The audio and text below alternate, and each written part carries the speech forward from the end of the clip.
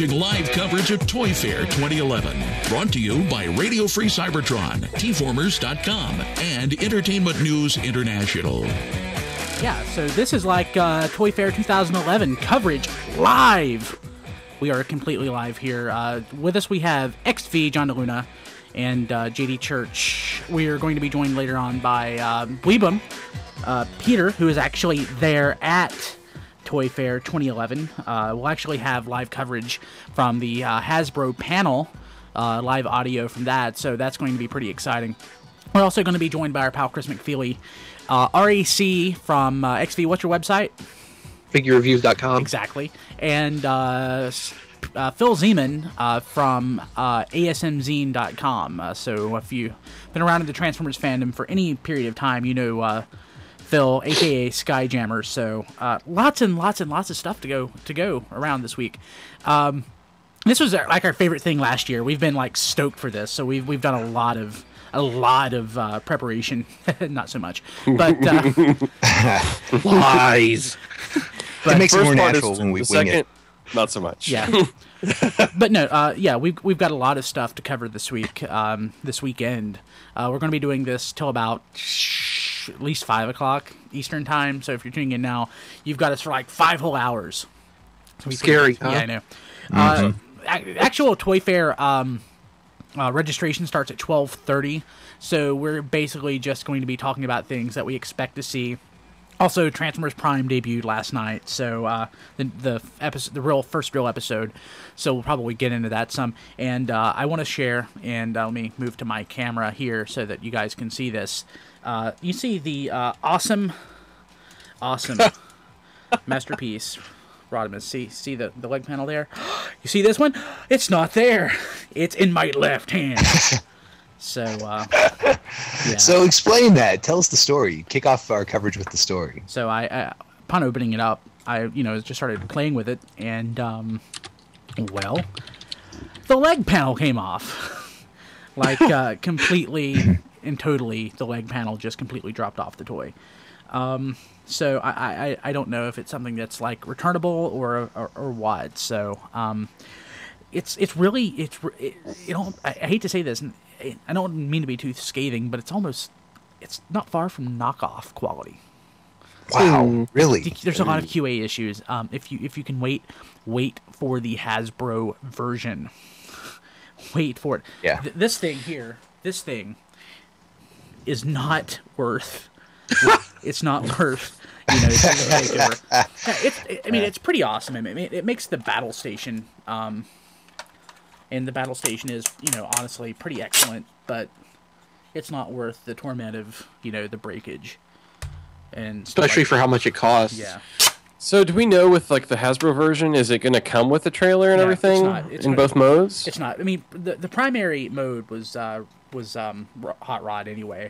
And Rodimus is really secondary to this set, so it's not a big deal. And they'll probably, the rumor is, and of course it's just a rumor, there's no fact to it necessarily, but the rumor is the Hasbro version will include Firebolt, which would be pretty awesome.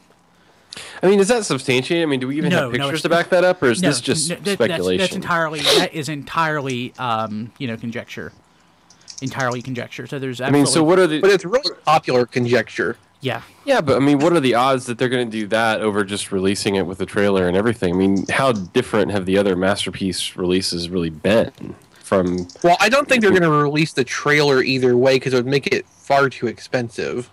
Yeah, probably. It's probably going to be pretty expensive.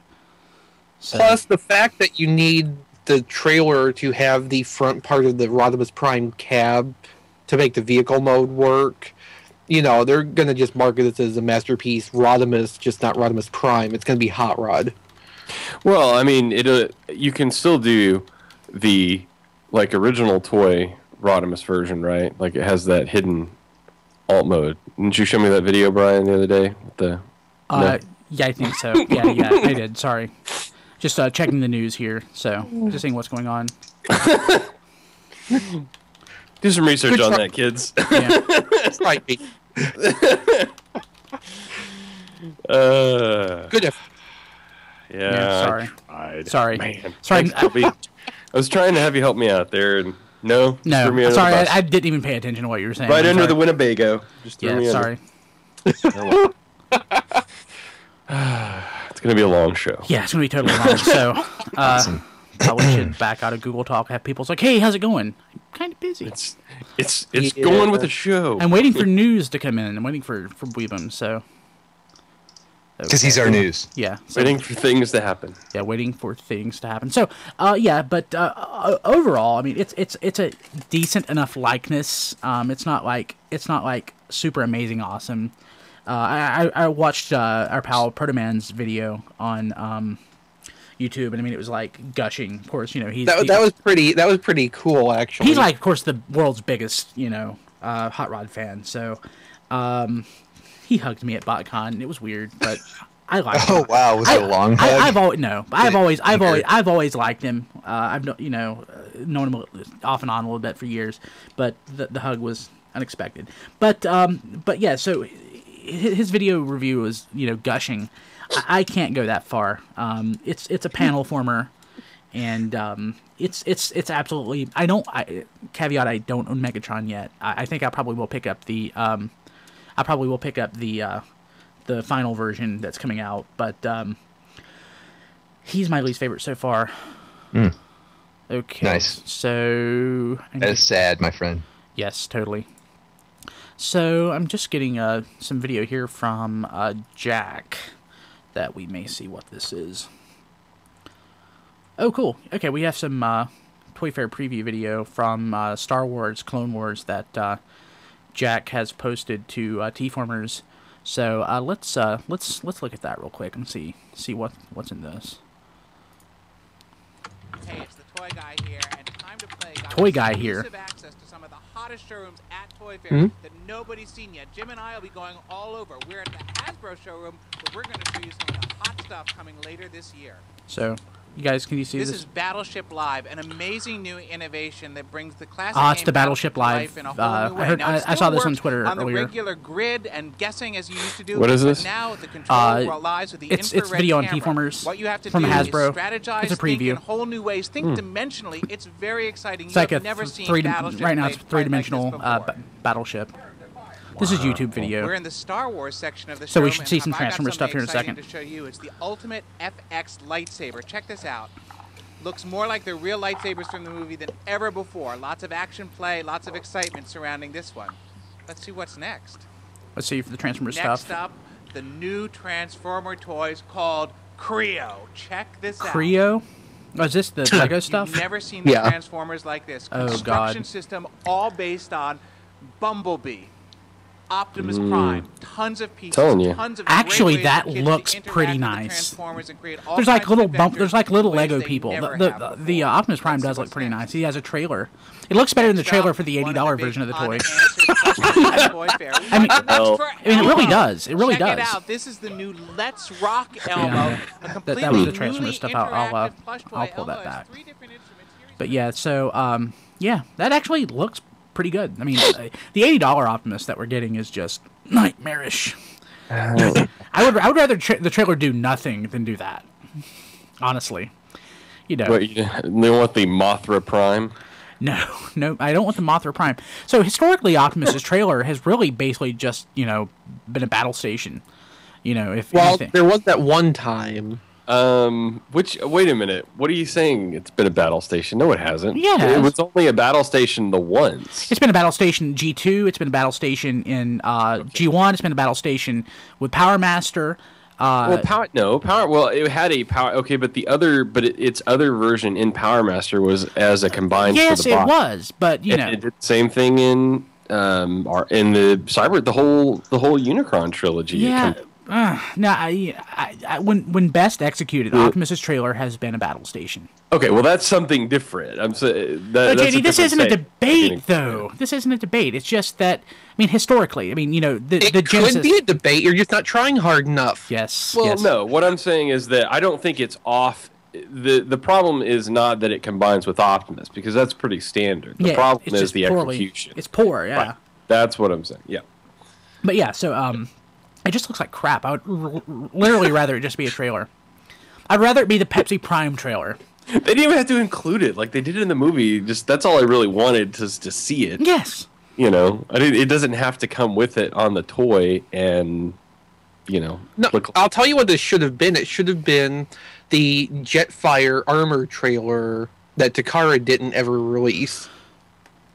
But they are releasing that, aren't they? Isn't that, are they doing a version? We don't really know for sure exactly what that's going to be. You know what they should do? They should someone like Fans Project or iGear should someone in their basement should make like a God Bomber attachment that attaches to the back of that trailer that actually does something worth a darn and charge like $150 for it. We'll buy it. Yeah, that could happen. Or maybe turns like into a big butterfly net and you go in and you try to catch Mothra Prime in it. The part that I don't understand is where I feel like I'm on crack, because in the movie I'm seeing like the Jetfire parts on Prime, and I don't know why that happens. But It's probably just because it's what you expected to see. So in the half-second clip of him flying along, that's just what your brain fills in for the missing details. Yeah. I mean, I went frame by frame on that a couple of times because I was actually kind of weird about it, and it looks like the Jetfire parts, but I don't know. It's probably something different, but maybe someone else sacrifices them. Yeah, like unwillingly, he just starts grabbing. Yeah. There's a new Autobot movie who only turns into a cargo container.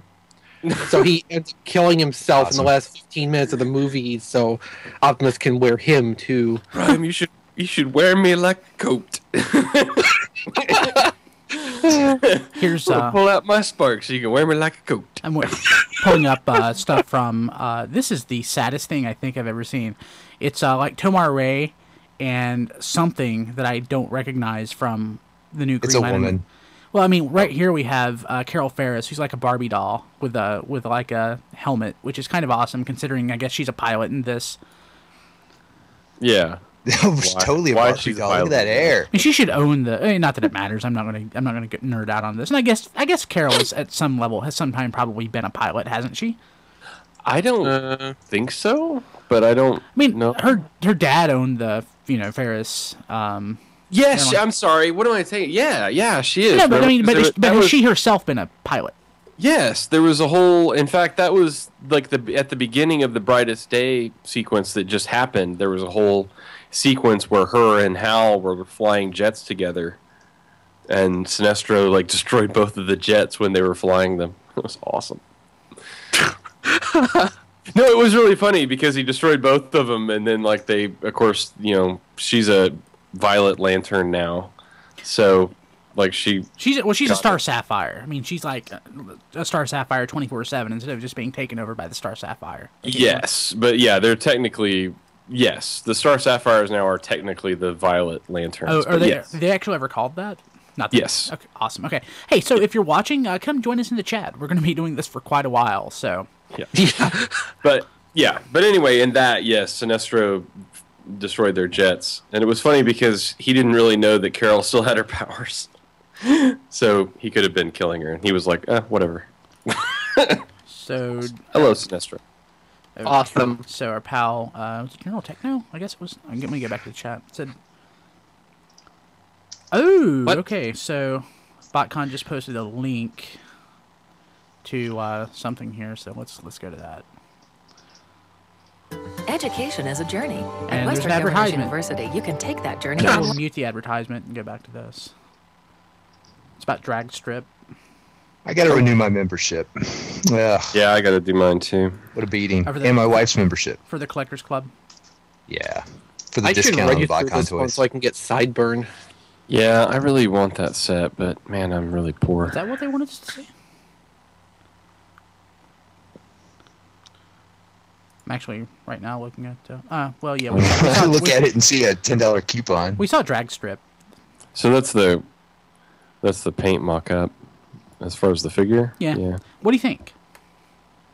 I think it works. I think it works. It's interesting. Yeah, I like it. It's totally not what I expected. I mean, I don't think anybody. I know that there were a lot of people that were guessing that mold for it.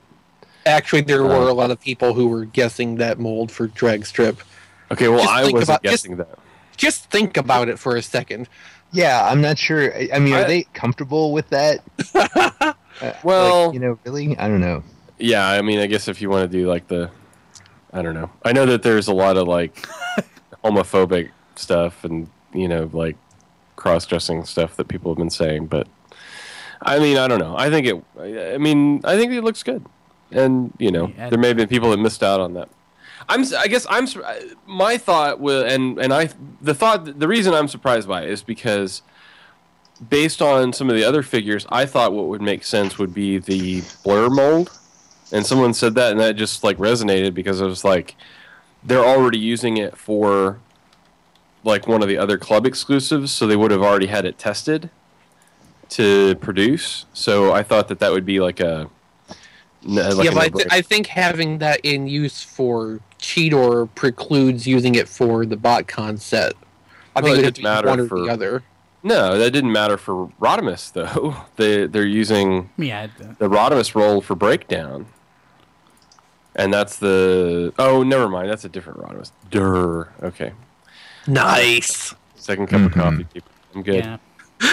So the tweet from BotCon was log in to Transformers Collectors Club for your first look at Toy Fair 2011 at 1 o'clock. Okay, cool. We'll see that. That's okay. Oh yeah, missed that part. You don't have to log into us. We're just here. Yeah, we're just here. Yeah. We're Kilowog looks a bit too dog-faced or something. I don't know. I can't figure it out. Dog-faced Kilowog. Yeah. Dog-faced Gremlin. Rick Steiner. Yeah. Sure about that? Yeah, that'd be awesome. Hey, is Rick Steiner still alive? Yeah, I think. Scott Steiner has drop foot syndrome, so he'll probably end up dying at some point. Oh, no. Well, Brian brings the cheery news. No. A lot of people are going to end up dying. Yeah, 99% of everyone will end up dying. I mean, not to be morbid, but, just... And that's when Scott Steiner turns off the stream. Yes. Goes and gets the scotch. Let's see here. What's going on? I'm going to die someday. Man.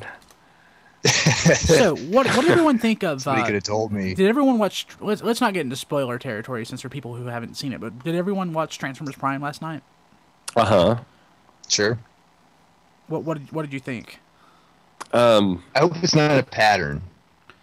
I hope it's not. I'm going to say... How spoilery can we get? Can I say like a theme or a type of episode this was?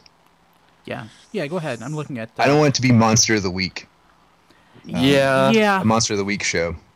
It did have that. I don't know. Yeah. Skyquake. I don't think it spoils too much to say that it was sort of like a Jetfire Omega Supreme love child. Yeah, it was. Yeah, that's reasonable. Sometimes, it was. One thing I did like though in this, it was a lot of Starscream and a lot of Starscream characterization, and I thought that I liked the Starscream character in this. Yeah, I thought it was a good Starscream episode. And actually, it was a really good Soundwave episode. And for a character that doesn't have a lot of lines... A character that says nothing at all. Yeah, really. That he's actually shaping up... Was this the first time we saw his alt mode, too? I think it's the first time I remember what it is, so we'll go with that. Yeah. So... So that was kind of cool. I thought that was like a nice... I didn't really know what it was, so... I thought that was a nice... Another thing I like... we will go into spoiler territory on Wednesday. I can't speak. It's too early. This was also a good Ratchet episode. Yes, that's exactly what I was going to say. It was a great Ratchet episode. Kim and I were watching this together, and I was trying to explain to her why I like Ratchet so much. Like, well, Jeffrey Combs is... Not only is he good at, voice acting, he's a great actor. And... I'm really... She didn't quite get it, but, I love the stuff at the end. I loved the resolution to Ratchet's plot, I guess, a lot, and it was hilarious. It's just great stuff. It's not Transformers Animated level yet, but to begin with, Transformers Animated wasn't Transformers Animated, so. Yeah, Home is Where the Spark Is was really a bad start to Transformers Animated as a series, I think. Yeah. Peter just emailed us a picture from outside Toy Fair. Let us look at that. Yes. I see. put it up myself, but I don't have access for that. Yes. Oh, yeah, I already showed that earlier, but that's a better picture than what I showed, so. That's a very nice picture. Much higher quality. Let me do that real quick. Oh, wow, that's awesome. Yeah, it's very awesome. Wow. I want that. It's sideways. What kind of cell phone does he have that can take pictures like that? He has my phone is like 5-10 megapixel. It's almost 10, isn't it? I think. Yeah. So. If you have a halfway decent cell phone now, they have. My cell phone has a better. Yeah, it's 5 megapixel. It has a better camera on it than my point and shoot. Yeah. So. Did you see my X-wing, my Office X-wing? Come on, that picture's enormous. I'm not an Apple fanboy, but for BotCon, I would really consider taking an iPhone 4 because of the great video and camera quality. Because I think we're going to probably this year do way more in terms of video live from the floor. So we definitely want to up our game on the live stuff this year. So we can use my phone if you want. My iPhone. Yeah. Oh, you have an iPhone 4? Yeah. Actually, both my wife and I, so we can give them a workout if you want. You share a phone? No. Tough times. She gets it Monday, Wednesday, and Friday, and I get it Tuesday and Thursday. Nice. But yeah, so let's see here. Actually, in about 2 minutes, they'll start doing registration. We'll actually start getting some news, hopefully. Now, it's not like BotCon registration, right? Where God.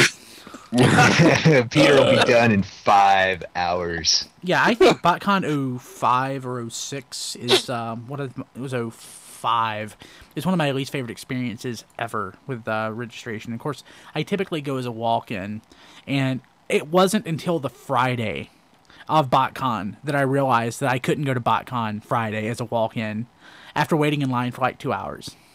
Oops. Yeah, that was wonderful. Uh-oh. Yeah, so things have improved quite a bit. So yeah, but all in all, I think there is a lot of promise to Transformers Prime, though it's very much in a different direction than what we got with Animated, which is not a bad thing. Animated was fantastic, Animated was great, but that can only go so long. So. I guess it'd be a little bit more spoiler. I was just going to say that, this wouldn't be maybe too spoiler, other than to say that this Prime has a lot in terms of social justice in common with the movie Prime. Yeah. Yeah. Yeah. That's fair. I guess that's the way Prime's going to be.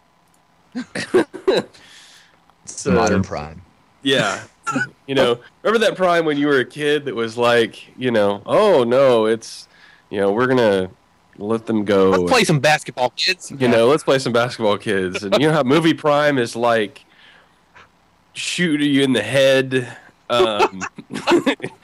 no mercy. Yeah. Yeah. That's the Prime of it's our the Black Ops Prime. Is it the 70s again? Did something? Don't you mean isn't it 1994 again? No, I just I don't know. I'm just thinking about the 70s is when all those Towering Inferno and the Grindhouse movies were out. Now we have this Grindhouse version of Optimus Prime. That's See, I'm more thinking of it in terms of early 90s Marvel comics. Yeah. It is, all the guns and fire and death and everything, Yeah, it is kind of, yeah. I don't know how I feel about it. I guess we'll talk more about it on Wednesday, but I'll preview with that and I'll leave it there then. So that was something I was a little, I guess, disappointed by. On a related note, when did cartoons get so violent? Oh my god! I feel like an old man. Cartoons kind of start out violent, and then they got kind of. I guess. I mean, yeah, because we grew up with like lasers and people never dying, hardly ever getting hit. But if you watch like the Clone Wars cartoon that's going on right now, that is violent. Like people even die right in front of you. Like even die. I don't know. Wow, and we can really get into like a social commentary. I mean, is it because war has become a more prominent part of our culture? I mean, essentially, our country has been at war for the last 10 years. So, there's a lot of kids that have grown up whose, parents are either in the military, or we know that our country has been at war. So we're used to seeing those kinds of things on television and as a part of our national culture. Well, there's kind of acceptance of realism. Element to this too, which is that a lot of the times when the cartoons kind of hold back, it's because of like sponsorship concerns. As General Techno correctly points out in the chat, Lucas is majorly bankrolling Clone Wars, so that pretty much gives them license to do whatever the hell they want. Right. That is pretty awesome.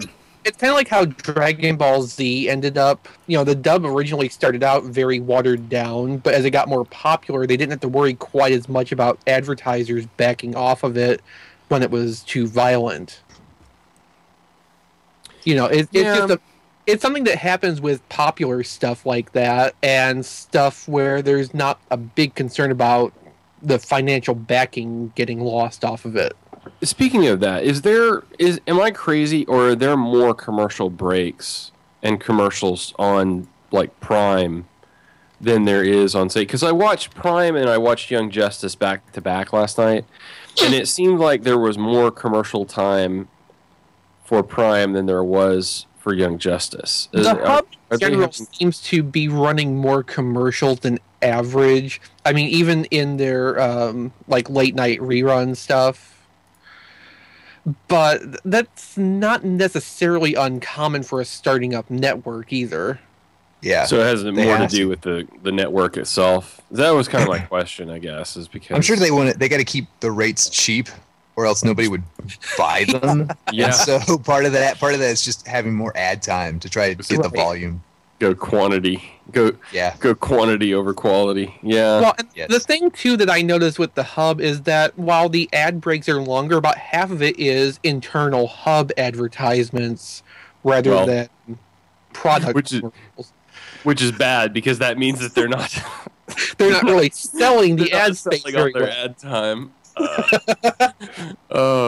Is this a bad idea? I mean, because I think what the last reports that came out were that the Hub was not really making a lot of money yet, and yet Hasbro is still like, we think it's awesome. Do you really expect it to at this point, though? I mean, it's a new quote unquote network. I mean, it should. Yeah, I mean, I understand that it's going to probably lose money for a little while. I think the problem, I don't know, it's not getting a lot of penetration. I don't know to the hey. We're adults here. Okay, so we're all thinking it. So let me go back to the Rodimus thing. I wanted to mention this. So last night, Kim, my wife, walked into the room, and she saw it, and she's like, "What is this?" I'm like, I just got this. It appeared, and she picked it up and started manhandling it and shaking it. It's like, when did you get this? What is this? Like, I told you about that, and I kind of got pissed off because she was holding it in a very strong, terrible, awful, hateful way. No. And I'm like, that breaks easily. It already broke. That broke easily. Yeah, that broke easily. So that started a minute argument last night. That, but he is flimsy as can be. He is incredibly not great. I'm not very satisfied with this. He's my least favorite so far. I am afraid to transform it into all of its modes because of this. That's the best review ever. It is. So eventually, he broke in my hands. He wrecked my home. I'm afraid to transform him again. Yes. Highly recommended. Rodimus Prime, destroying marriages since 2011. Yes, exactly. Well, people have been saying it for 20 years. Rodimus Prime ruins everything. Yeah. That is so sad. I see Phil online. The letdown, If only man. I was Optimus Prime. Maybe if I played basketball. And if Rob He's was the most expensive, like, first issue of a masterpiece, right? Yes, he is.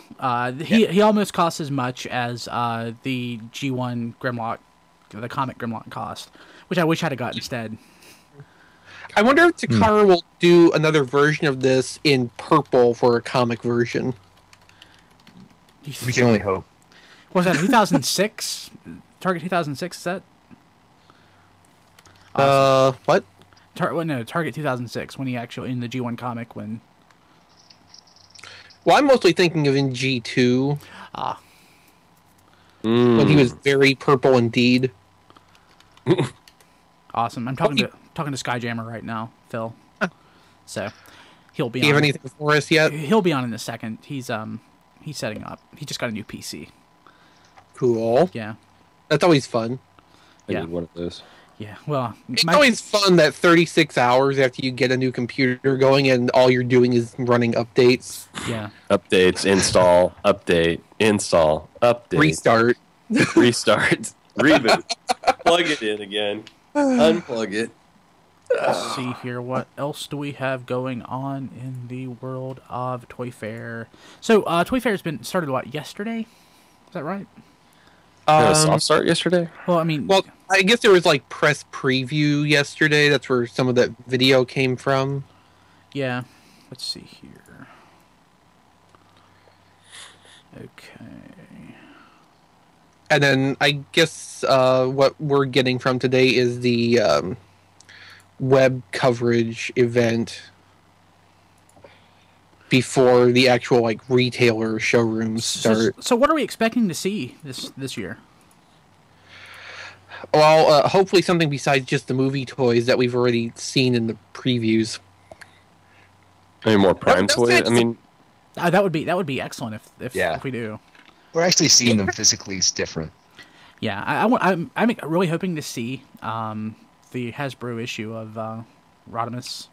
Maybe. Got my fingers crossed. Maybe. Maybe we can settle this Target Master issue today. yeah, that would be really good. If not, it'll be BotCon before we find out. Probably. It probably actually will be BotCon because Masterpiece Rodimus is already known to be a Toys R Us exclusive, so there's not much point showing it at Toy Fair. That's very true. That is very true. But you know what? One thing I really hope he includes. I hope he includes the coin. Let me pull the coin out. He's stuck in the little thing here. But let me read you the coin. Wait. The coin has this right here. See, the coin is in this little thing. Hot Rod is a young soldier in Transformers the movie. Because of his youngness, he shows great heroism and tend to rush to enemy during a battle. He battled with Galvatron inside the body of Unicron and retrieved the Matrix of Leadership. While liberating the Matrix power, Hot Rod is modified into Rodimus Prime and defeated Unicron. This is awesome. I want this released. It's so Hong Kong. It is Hong Kong. Yeah, it's the Hong Kong edition of the toy. And one thing he includes that I don't know, I haven't seen a lot of people make hay about is this gift bag. This huge gift bag. Oh, Proto Man mentioned it in his video. Wow. Yeah, I don't think he showed it. At least I don't He did. He did? I watched the video. It was in there. It's awesome. That was in the box? That was in the box. How big was the box? Huge. You could hide like a pile of dead JDs in there. So I was gonna say babies. But that's a better. big I almost box, sir. I almost said it. So Wow. That is the wow. If the toy wasn't so garbage, I'd be tempted. for $100, I could moderately recommend it. Yeah, I think the thing that really wrecks this is the added price the trailer brings into the picture. It's not just there are things I don't like about it, like his hands. His hands will not hold the weapons, at all. The Matrix it's tiny, and the thing is, I don't know if the Matrix opens up or not. I don't think it does, but in the manual it shows the Matrix opening, but it seems to be like completely hard cast as one piece. Although, if you have a Masterpiece Prime Matrix around, apparently the hands on that Rodimus are perfectly sized to fit inside the handles of that one. Yeah, it probably would. It probably would. Okay, so I have a question on him. Yes. Okay, so all right, so he turns in. He's got 2 characters, 1 toy, which is really ambitious. Does turning into Rodimus have any negative effects on the toy? Like, if he was just a straight hot rod, masterpiece hot rod, is there any reason to believe he would have been a better toy? Is that really not part of the issues with him? No, the conversion to Rodimus is incredibly minor. It's literally popping. It's literally making his leg like, a half an inch longer by flipping this thing that in his hip, and raising up his spoiler up, which is on a rail. So I mean, I can actually show you that much. The spoiler. This is the spoiler. This level for Hot Rod. That's the spoiler. you notice how much it doesn't. That's enormous. It's enormous. I mean, it's like a quarter of an inch, and his legs go up just a little bit, and he has a second face underneath the other face. Which we're gonna probably get that. I mean, they're not gonna be able to engineer that out. The only thing that they could engineer the leg.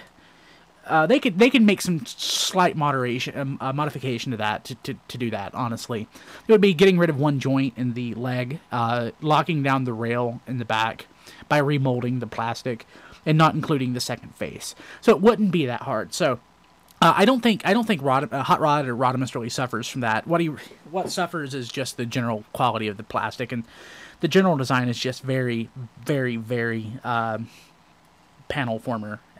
It's really ambitious for the size and complexity of the toy, isn't it? Yeah. And, it's not that I love the Masterpiece Optimus. It's just that he's a very solid toy. Literally, you could beat someone to death with it. But it's just I don't ever feel like I'm going to break it by playing with it.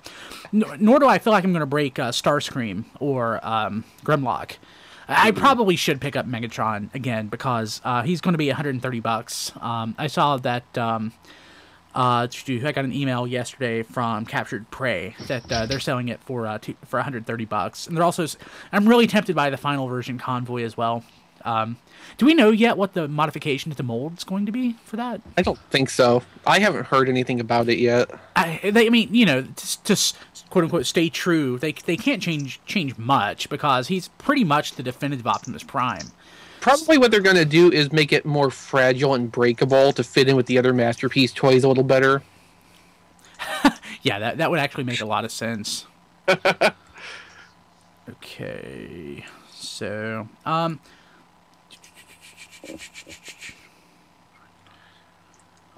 oh, cool. So, let's see. I don't think any news coverage has gone up yet. It's probably a little too early to expect that. Yeah, I don't see anything yet.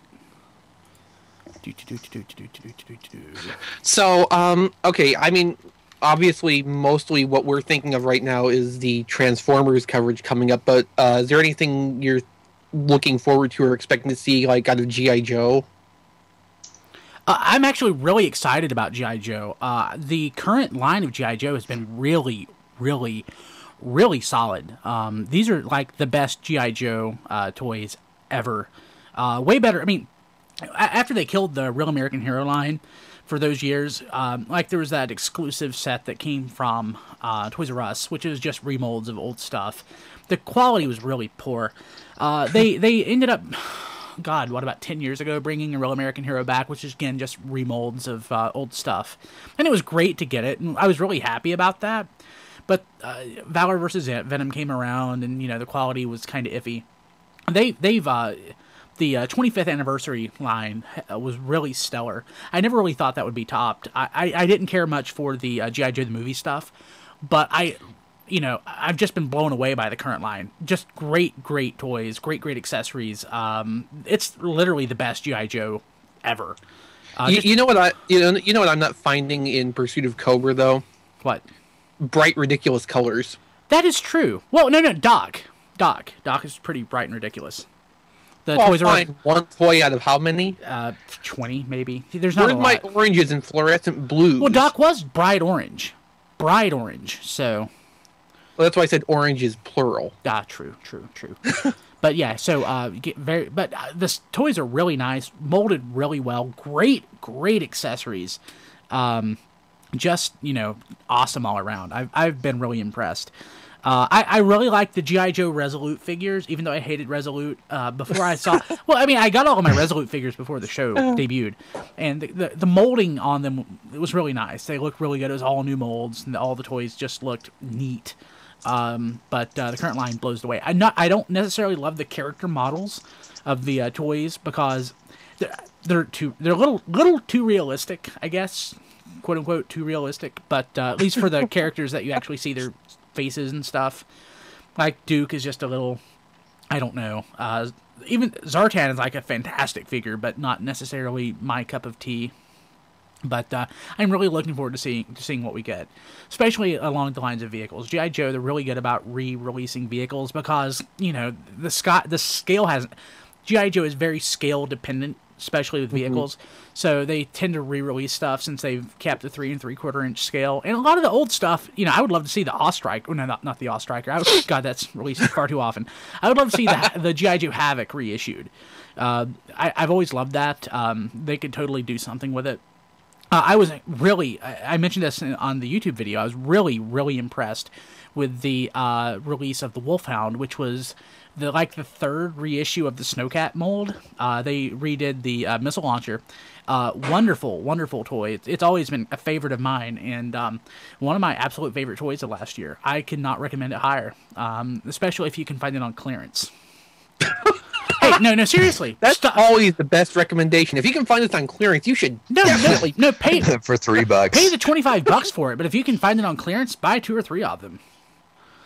Troop build the vehicles. I would love to have 15 Havocs, and them all cross country driving every single one of them, and they're all going down the hill attacking 3 not terror drones, but yeah. So, but no, yeah, mixing my stuff there, but but yeah, no, it'd be pretty cool.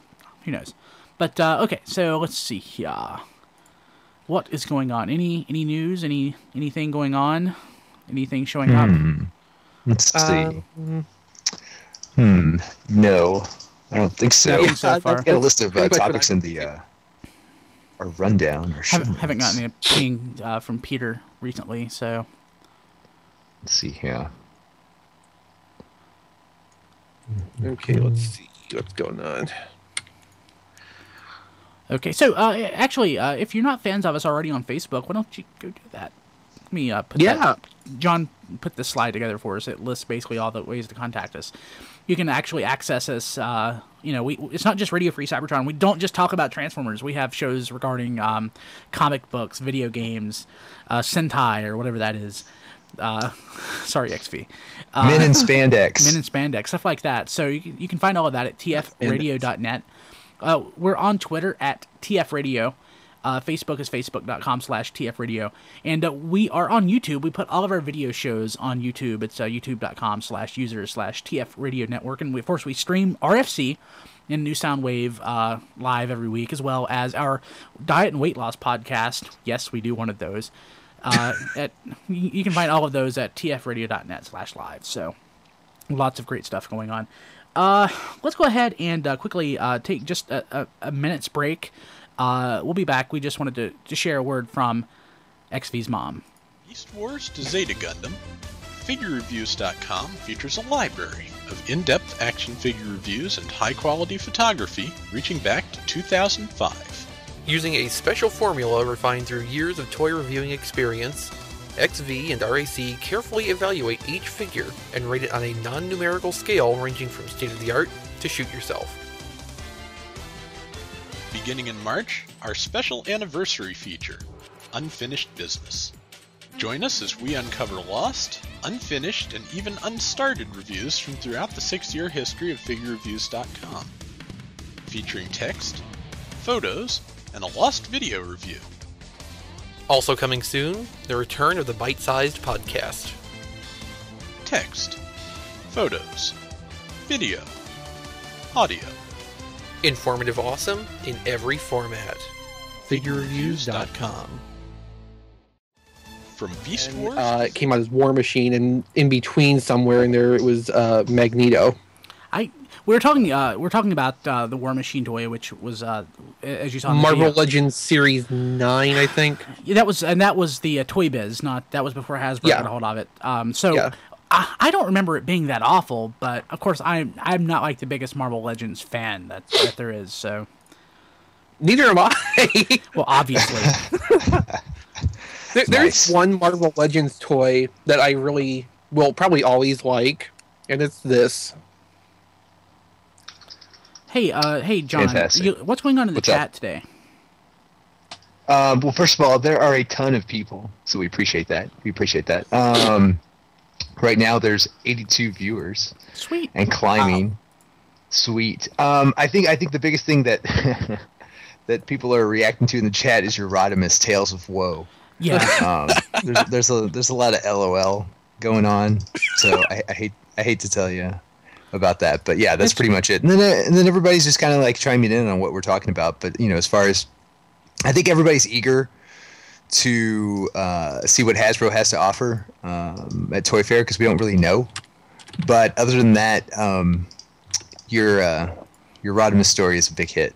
At least you're like putting smiles on people's faces, Brian. How about that? Isn't that worth $200? Yeah. And a broken leg. So what I'm going to do to fix this is this panel is screwed on.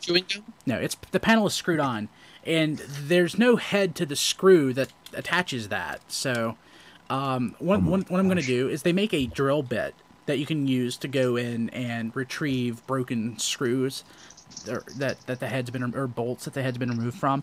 I'm going to get this isn't looking like it's going to end sadly. I'm going to get the smallest version of that I can and extract the screw and then re-screw the piece to it. That's how I'm going to. That's awesome. And my Rodimus will probably end up having a glued-on leg panel by the time this ends.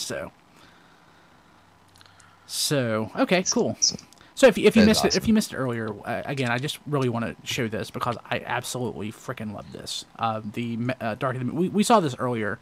We saw a stolen prototype on the interwebs, but I'm really impressed by the official shots of the Dark of the Moon Megatron. It looks really, really awesome. Of course, you can find those pictures at tformers.com. We have pictures of the Ark. Really interesting looking. I guess it is a base. I want it. I really want it. It doesn't look like necessarily the Ark that we all know and love. Honestly, it looks like something from the Star Wars universe. But yeah, I can see that. That kind of makes sense too. It's what they have experience building in ships. This is true. And of course, Sentinel Prime. I don't hate it. I'm in the minority though, so. I wonder if it would look more like the Ark if it was painted gold. It could. And, of course, Takara will almost certainly release a version of it painted gold. Yeah, it should be made of gold. That should be part of the story, actually, right? If it was the Ark, it actually looks like it's turned around. Like the front end is actually the back end. So who knows? Now, what would be awesome is if they release a version of the Ark like this that actually turns into a Mega Supreme. Well, I think we all still want that. Yeah, I would love that, so... But yeah, so that's the sort of the big thing going on there. Let's see here. Yeah, maybe it could, General Techno's right. It could be the rear of the Ark. So Spike McLean is saying that Sentinel Prime's awesome. I agree. So okay, cool. I agree too. I just want to know how he's going to look. You know what? One at a time, guys. What? I didn't even catch that. What? John, you go. Go XP. Well, I was going to say, I like how he looks. I'm just not sure how he's going to look within the context of the movie. So I'm just interested in that. JD's back. Because he's very superhero-y. Yeah, he is. But, that's not necessarily a bad thing. XV. What did you say? Oh, hey, something we'll talk about later when, we've got time because we're going to be going for a while. Yes. One of the things I like to do... because I'm a dork, and when I was younger, I used to be really into, I guess, being up to speed. I don't know when this would come in handy, but up to speed on aftermarket prices of Transformers. So I would troll eBay and just so I could know in my head. Well, here's the deal. So we have a good friend named Ant, who every BotCon, he's at every BotCon, I'm at every BotCon, and one of the things we always end up doing invariably is kind of trolling the dealer rooms And Ant likes to find just kind of rare and not necessarily super expensive stuff to kind of fill out his collection, because his collection is probably pretty insane by now. It has to be. And so he still thinks, and this is, I guess this is fairly accurate. He still thinks like I'm the price guru. So he'll turn to me and ask, hey, what does a C7 slug slinger foot go for these days on eBay? $75. And he expects me to. Yeah, and I'm like, well, hey, $850 and not a penny more. So, anyway, I used to really have like the ability to do that, but I do it only now, like semi-regularly. One of the things I like to do is go and search on eBay for Transformers and then order it by highest price first. Yes. And see who's lost their mind, every week or so. And so we've got a couple of good ones that we can talk about. There's an auction for almost $500,000. I'm not lying. A Transformers auction for almost $500,000 right now. And then there's one for one Transformer for $11,000. What? And I'll let people guess on which Transformer that is. No cheating. Don't go to eBay. Okay, you can guess. So for that price, it has to be the Unicron prototype. It is not. Oh my God! Grand Max. It's got to be a lucky draw thing then. Lucky draw stuff doesn't go for that much. I don't care how rare it is. 11,000, one Transformer. Grand Maximus? No, Grand Max wouldn't go for it. JD's getting warmer. Oh my God! Aha! G2, the Defensor. No, I'm going to post the link in the chat room right now. There it is. Drum roll. Oh, you've got to be kidding me.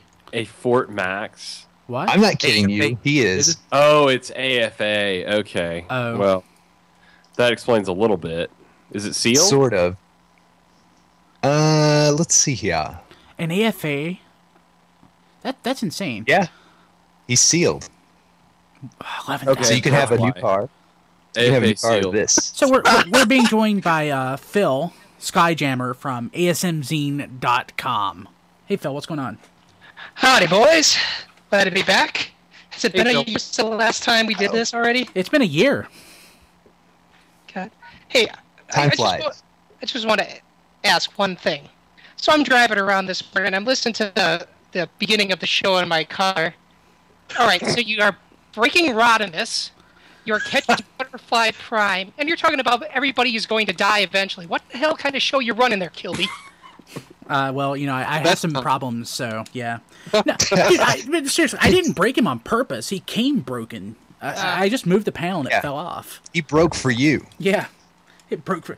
It's like God. It breaks for you. Yeah. It's part of the feature. In Hong Kong, Transformers break for you. Okay. Yeah, in Russia. Yeah, it's... Oh, man. I want to love it because it's Rodimus, but I can't. It's the give me your face Rodimus. I mean, he literally gives you his face. But God, I'm afraid to even touch it. It should have came with a fishing pole. See the side of his leg. Okay, He's so not taking it back. Peter just let us know that he's still waiting outside. Nice. It is like BotCon registration. It's exactly like BotCon registration. At least he's let in. Yeah. No, BotCon's much better than that. Actually, Now, wait a minute. There were some years where we were around the building, outside the building.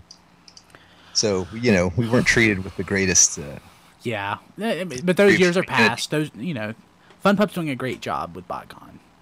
I've been really impressed in the last couple of trips. The first year was a learning experience for Fun Pub because, of course, BotCon is so much bigger than JoeCon. But they've really got it down. They're doing a great job, and that's Brian, the jaded, angry, evil Brian, saying that. So Phil, what are you expecting to see? Are you looking forward to more Star Wars stuff this year, or are you looking forward to more Transformers stuff? I'm looking forward to the big gem revival, actually.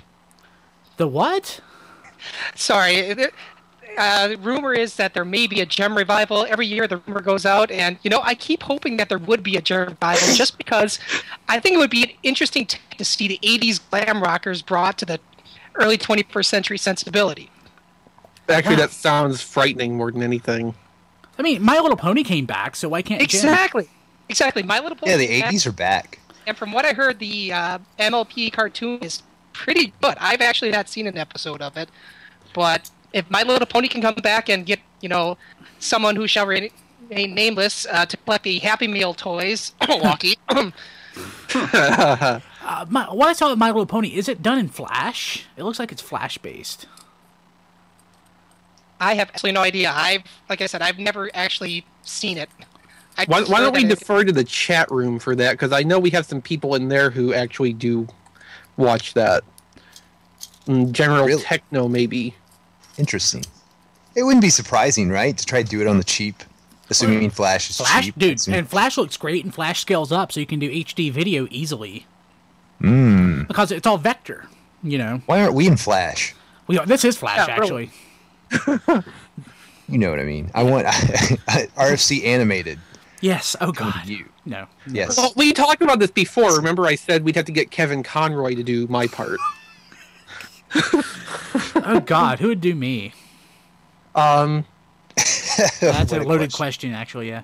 Yeah. JD's touching his camera ever so gently. Awesome. Yeah, something's wrong with the focus. It's making me mad. See, what I do is I put my hand up toward it and then bring it back to draw it. Oh, okay. So that's what I want to do. Yeah, that's what you want to do. So that. you want to scale it so it follows your hand. Wow, that's freaky. There you go. It's the dangers of autofocus. So yeah, That's so bad. Oh well, no one at this point, unless I focus on you, JD, it's no big deal. Nobody's going to tell the difference. And thankfully, no one's looking at me, right? That's true. That's true. So the Jim revival, which that would be great because I do love Jim. I am a Misfits fan. It is truly great. It truly outrageous. Truly outrageous. So what do we expect to see in the Star Wars realm, though? Since you're like a big Star Wars buff. Probably more Clone Wars, and more Clone Wars. Clone Wars is a big... I personally don't watch the show. Some people may say that's heresy, but I find it to be very apocryphal. It took a lot of the extended universe that has been growing for 20 years, and they said, nah, we don't like it so much, we're going to change it. And while I understand that Uncle George has the right to do that, there are just some things that just don't seem to fit. I mean, one of the latest episodes of the Clone Wars seemed to conflict with something we saw at the end of Revenge of the Sith. So when you're conflicting your own movies, I got a problem with that. So as far as like this vintage series goes, that doesn't seem to be selling that well. I see those like warming the shelf everywhere. Why did they even do that? I mean, I did buy the Darth, the robot, whatever his name was, General Grievous, because I thought it was awesome to see General Grievous in the original, packaging, but there's nothing there that I want. I want a Lando, but I have to buy like a whole set to get him. I'm not paying like $70 to get a Lando Calrissian. I'm guessing they're going for the older fan, trying to bring back memories of what they remember from the late 70s, early 80s, and then keep going with it for the prequels. Just say, well, you got these vintage figures. Hey, look, it's kind of the same thing. Why don't you go buy these? I can't even tell you the last time I bought a Star Wars figure, though, actually, just because I don't have any room right now. I have a house, and I've got so many things in storage. It's insane.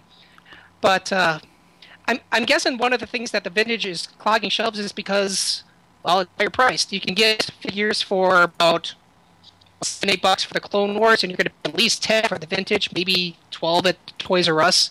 So I'm guessing it's a cost factor, as well as, maybe it is more of a kid's line. Clone Wars don't really care about the older figures. And the older collectors may be saying, I've already got a Death Star Luke. They came out with one last year and I bought it. Do I really need one for a collection bucks into vintage packaging?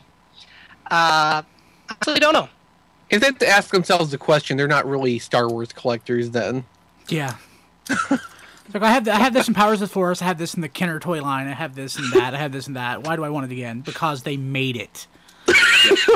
That's why I want it. Why do you think my house is the way it is? I was the Transformers completist for a decade. Yeah, I was a completist, like in the between Beast Wars and the Unicron trilogy, and I can't do it anymore. I just no way. Of course, more stuff for Transformers has come out in the last 3 years than the whole 15 before it. Yeah, which is why I'm glad I'm not a completist anymore. Cybertron, kill that. Thank you.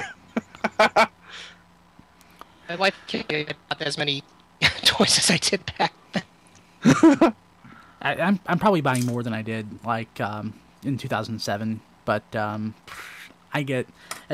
think this right here has killed my collecting for the next couple months.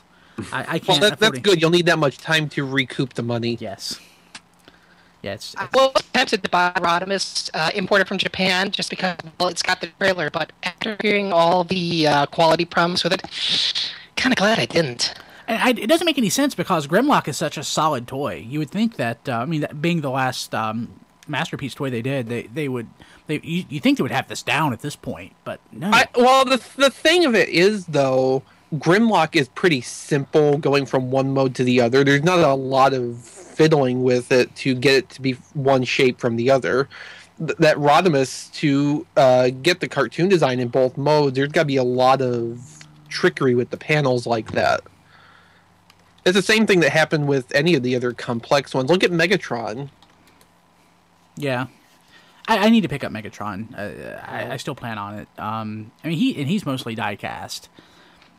And rust. And rust. Thankfully, mine, it doesn't show any rust, but I pulled a walkie and put a black Spider-Man hanging from him so I could read Transformers number 3. Awesome, that's fantastic. All these are gears, and I'm ready to go.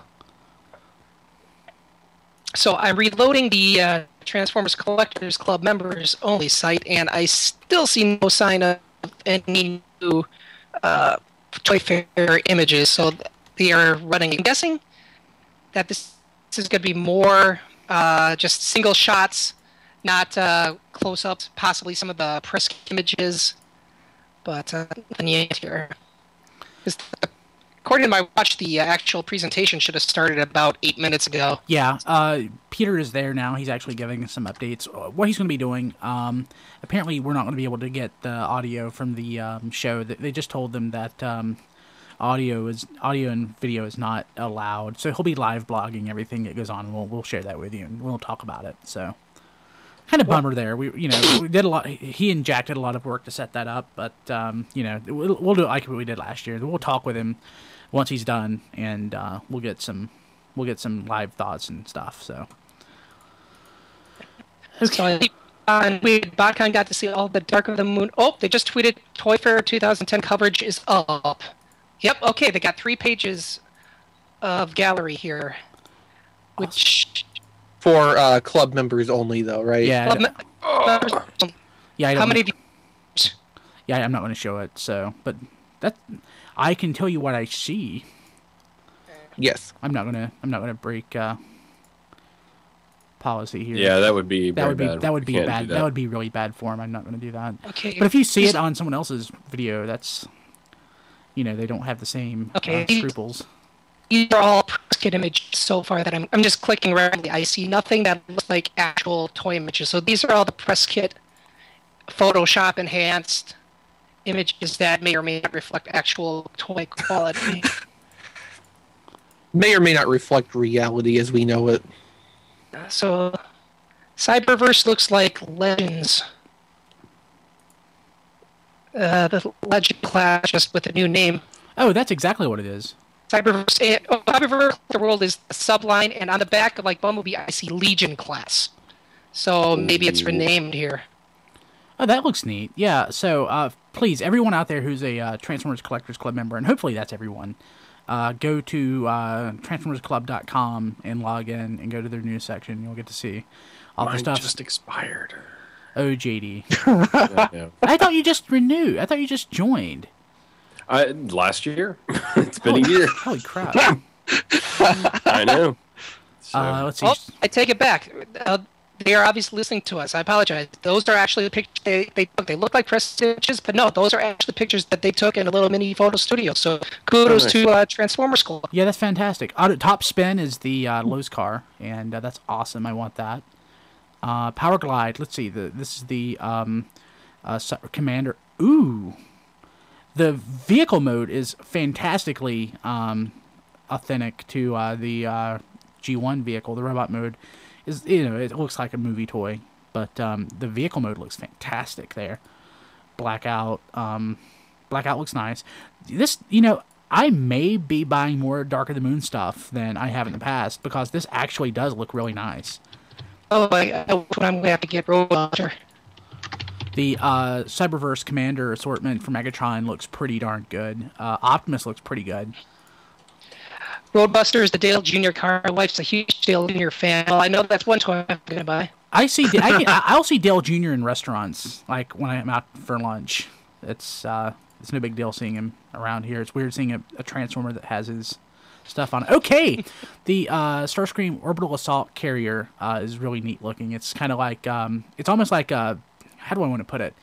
Like a Human Alliance, but instead of being human, it's like a battle station and a Transformer together. That's pretty neat. So, I'm kidding though. Remember those Beast Wars, the Organ Whatever playset? It is the vibe here. I'm not saying that the Starscream is like an inch tall or anything like that, but I'm getting the same vibe from those. Just the interaction quality. You get this nice playset. You've got figures to go with it. But with actually transforming figures, that's obviously better. Oh wow, yeah. There's the Roadbuster. Ever since they started doing the Legends class seriously, I mean, what's really been missing from that is playsets. They're perfectly sized for decent playsets. Oh, it's the MechTech Deluxe top spin. Oh, I'm gonna have to get that. That looks so much better than the Legends toy. Man. Oh, Barricade looks really nice too. I think we already actually saw a stolen. We also saw other pictures of Barricade out there. We saw the YouTube exclusive coverage of Barricade. Preview. Yeah, so the YouTube exclusive Barricade. And Jolt, let me get back to Jolt. Jolt is, Jolt's Jolt. Okay. So seriously, hopefully everyone out there listening is a Transformers Club member. If you're not, go ahead and do it. It's especially if you're going to BotCon. It's absolutely worth it. Megatron looks fantastic. Optimus Prime, the Voyager assortment, Optimus. He's Optimus. I mean, I'm not going to go any further than that. Shockwave. Holy crap. I really like Shockwave. BotCon asks, what about Commander Assortment Power Glide? Holy crap. That is G1 without being G1. Oh my. Yeah, it's very nice. That's a good update. Ironhide looks great. I'm a big fan of Sentinel Prime, but I mean, he's... Oh God, his vehicle mode is really nice. And it's kind of like Fire Convoy. I mean, I guess I don't know. Fire Convoy meets Onslaught,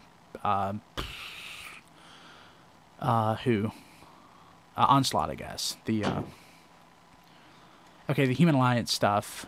The Triple Changer, Thunderhead. I love that name, and that looks pretty freaking fantastic.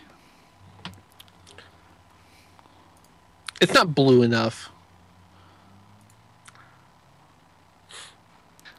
Okay, I'm getting an Aliens vibe from Thunderhead because it's like Ripley and the giant blow powers.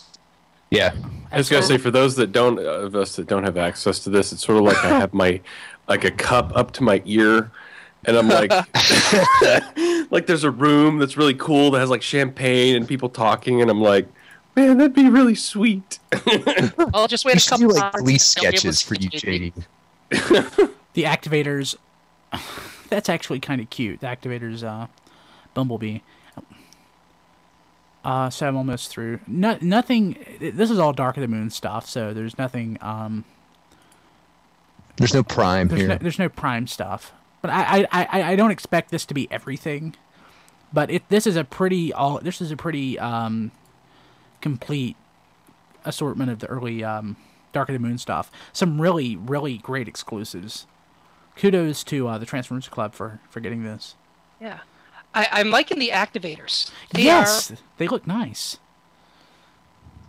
It's interesting because you've got Activators which are... Well, actually, you've got RoboPower. You've got Activators, GoBots, and Robot Fighters. So several things are now under this robot power subline. As you can see, we've got Bumblebee twice there. One's an Activator, one is RoboPower GoBots, which is... It's they're kind of like this. They look like they have the same sort of. I don't know what to call it. It's like they got the same sort of.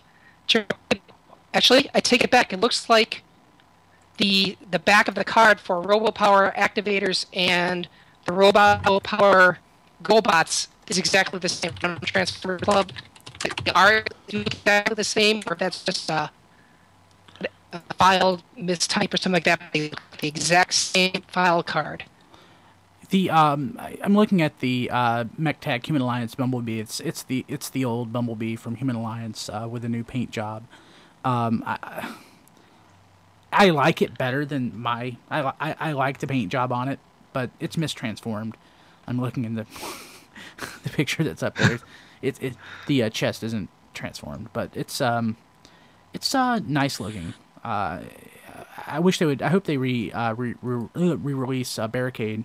So Peter says that it's starting now, so we're going to get some updates from him as we go. So I need to be checking tformers.com for updates. So let's go to tformers. So what's everyone's thought basically on this? General Techno just pointed out that apparently with the Backfire toy, there's a Spike wiki. Whoa. Let me go back to that. Okay, so Backfire. Sure enough, Spike wiki. Maybe that's Sam's brother who's been away at college up until now. Or his evil twin. Could be his evil twin. Yeah. All right. Okay. We see a helmet. Is he going to have blonde or black or brown hair? Take a bet. Hopefully, he'll just have a helmet. He'll be bald. My vote is helmet.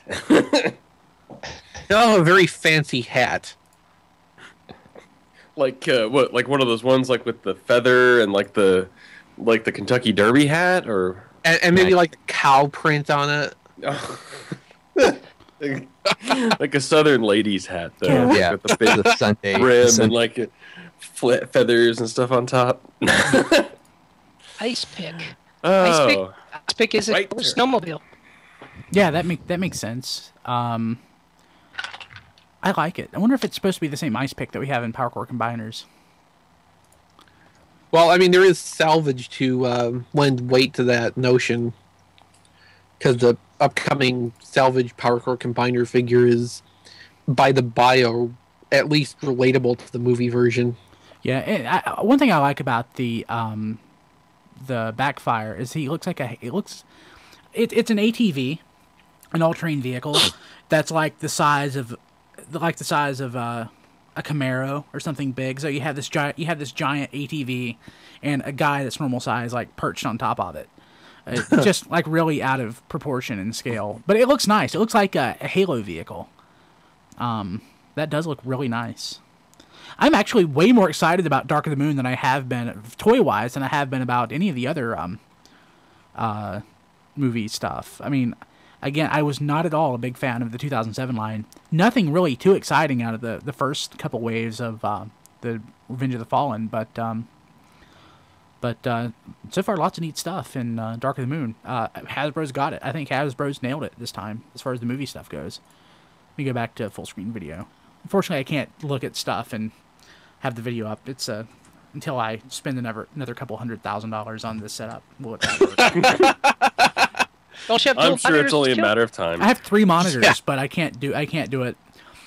It's the full screen doesn't work on Skype if I have that up, and the video gets jerky. It's kind of a pain in the butt. So disappointment, Kilby. I know. I thought I was going to a top-notch radio show here. Yeah. Actually, my setup here is as good as the setup, or better, that I have at the radio station that I work for that makes hundreds of thousands of dollars a year, and I make negative hundreds of dollars a year, so it's awesome. Okay, just for the Joe fans that are out there, they say General Joe says we will be getting official images from PR tonight around 6 p.m. Presentation is just getting started. So there was some concern that with all the leaks of Transformers Prime and Moon toys this week, G.I. Joe fans got absolutely nothing. So I was concerned that there may not be anything really Joe related at the convention. So it looks like there's at least some stuff there, which is good to hear. Yeah, absolutely. That's awesome, though.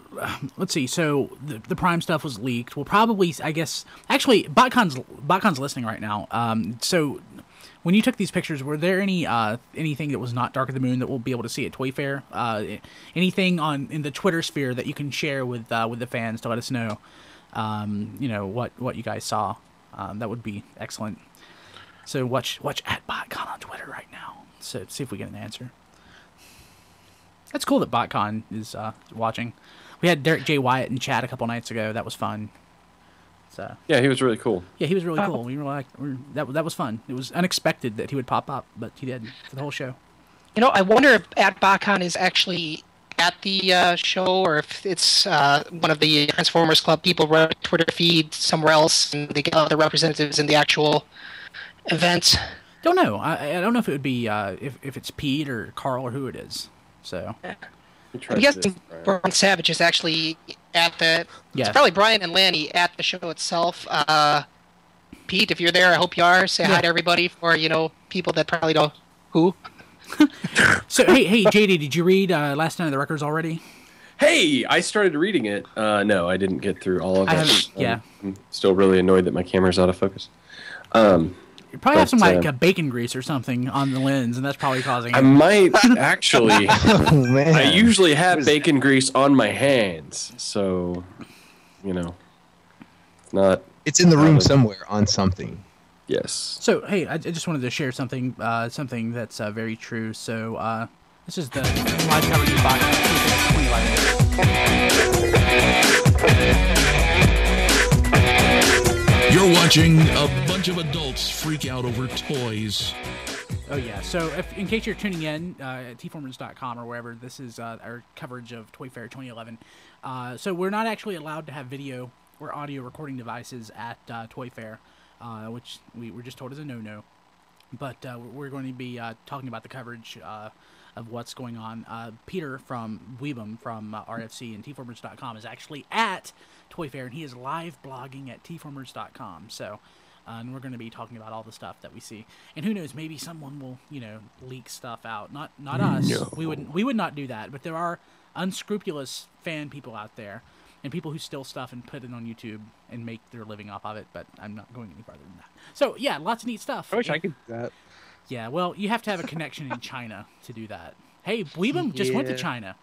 His girlfriend's there. Oh, wow. Maybe we could work something out, huh? So, no. Right. So what else on a new Shockwave figure? I like the new Shockwave figure. It's not slavish like the Shockwave stuff, like Shock Blast that we got with Energon, which was, the look of the robot mode was slavish to G1. It's definitely not. It definitely has a Michael Bay sensibility to it, but it's really nice. I like it. Yeah, I like it too. I mean, it's not all like a bag of knives like the last two movies. So, Yeah. I mean, some of these characters actually have some real different aesthetics to them, which is good. But what about the bag of hangers? Well, there is that. Yeah, my wife calls her bag of hangers. It's so awesome. That's something else. Yes. So, hey, John, what does the chat think about the stuff that we've seen so far? Hey, Bleebum is there. Yeah, first of all, Bleebum just I don't know, 30 seconds ago jumped into the chat. So, and he's alive and well. So we'll be checking in with him. Hopefully he can stay on in the chat and help us stay up to date. I mean, the chat is, well, half the chat are members of the club and half are not. So it's, it's kind of, some people are able to kind of really know exactly what we're talking about, and some people are listening intently, but interested. Here's the live blog from Toy News International, which is, I guess, Weebum and Jay are working on that. So from the Hasbro Star Wars team, we know that there are some products here. Clone Wars will continue, and Ahsoka El Kes, I can't pronounce that, and Anakin from Season 2 of Clone Wars will be released as Aqua Battle Droids and Clone Commander Wolf and Wave 2. I don't know what that means, so I'm pretending like I do. Good job. Yeah, so it's awesome. Yeah, it's awesome. So yeah, check all of that out at toynewseye.com, or you can find the link off of tformers.com. So yeah, so Weebum is there in the chat. If you're watching live, go to the chat. It's tfradio.net/live, or tformers.com, or if you want to type in a long URL, it's ustream.tv/radio/free/Cybertron. Okay, Weavum says that they will have pics during the display area after the presentation is over with. Fantastic. So there will be some pictures coming through. They just can't have live output of the presentation that's great, because there's proprietary stuff going through. Yeah, I mean, it's just gonna be, it's like at BotCon when they have that Yeah, presentation. I was just gonna say that. Right. Yeah, I would never think of taking pictures of the stuff at BotCon. I mean, that's just dirty pool. So I know that's totally cool. Looking at one of my friends, Poe Ghostal, says that the large Star Wars item in 2011 is the Republic attack ship. So for all you, it's probably on the same scale as the AT-AT, the Slate 1, the Mandalorian Falcon, the BMF, as it was called. So it's like Star Wars fans are going to get another big ship to take up space. Yay! Okay, just watching my Twitter feeds here, Matt Guzzi, I hope I'm pronouncing his name right, from Awesome Toy Blog, just tweeted that there will be 35 vintage figures in 2011, including expanded universe figures and deleted scenes figures. Yeah. Where else can they go? I know, because you need that random character that wasn't even in the movie. That's actually kind of cool, though. I mean, it kind of is. But I want a freaking Lando Calrissian that I don't have to buy like a whole set to get. Yeah, well, that's awesome. It's called eBay, Kilby. That's what I did to get my wetsuit from my Assault on Cobra Island set. Then I ended up finding the set at Ollie's for $20. So, yeah, I paid like $15 just for the wetsuit. Excellent. Nice. Yeah, so a good purchase. So would that be like us getting the Dinobot that wasn't in Transformers the movie and have it marketed as that? Deleted scene. Yeah, deleted scene like Snarl or something. Yeah. Yeah.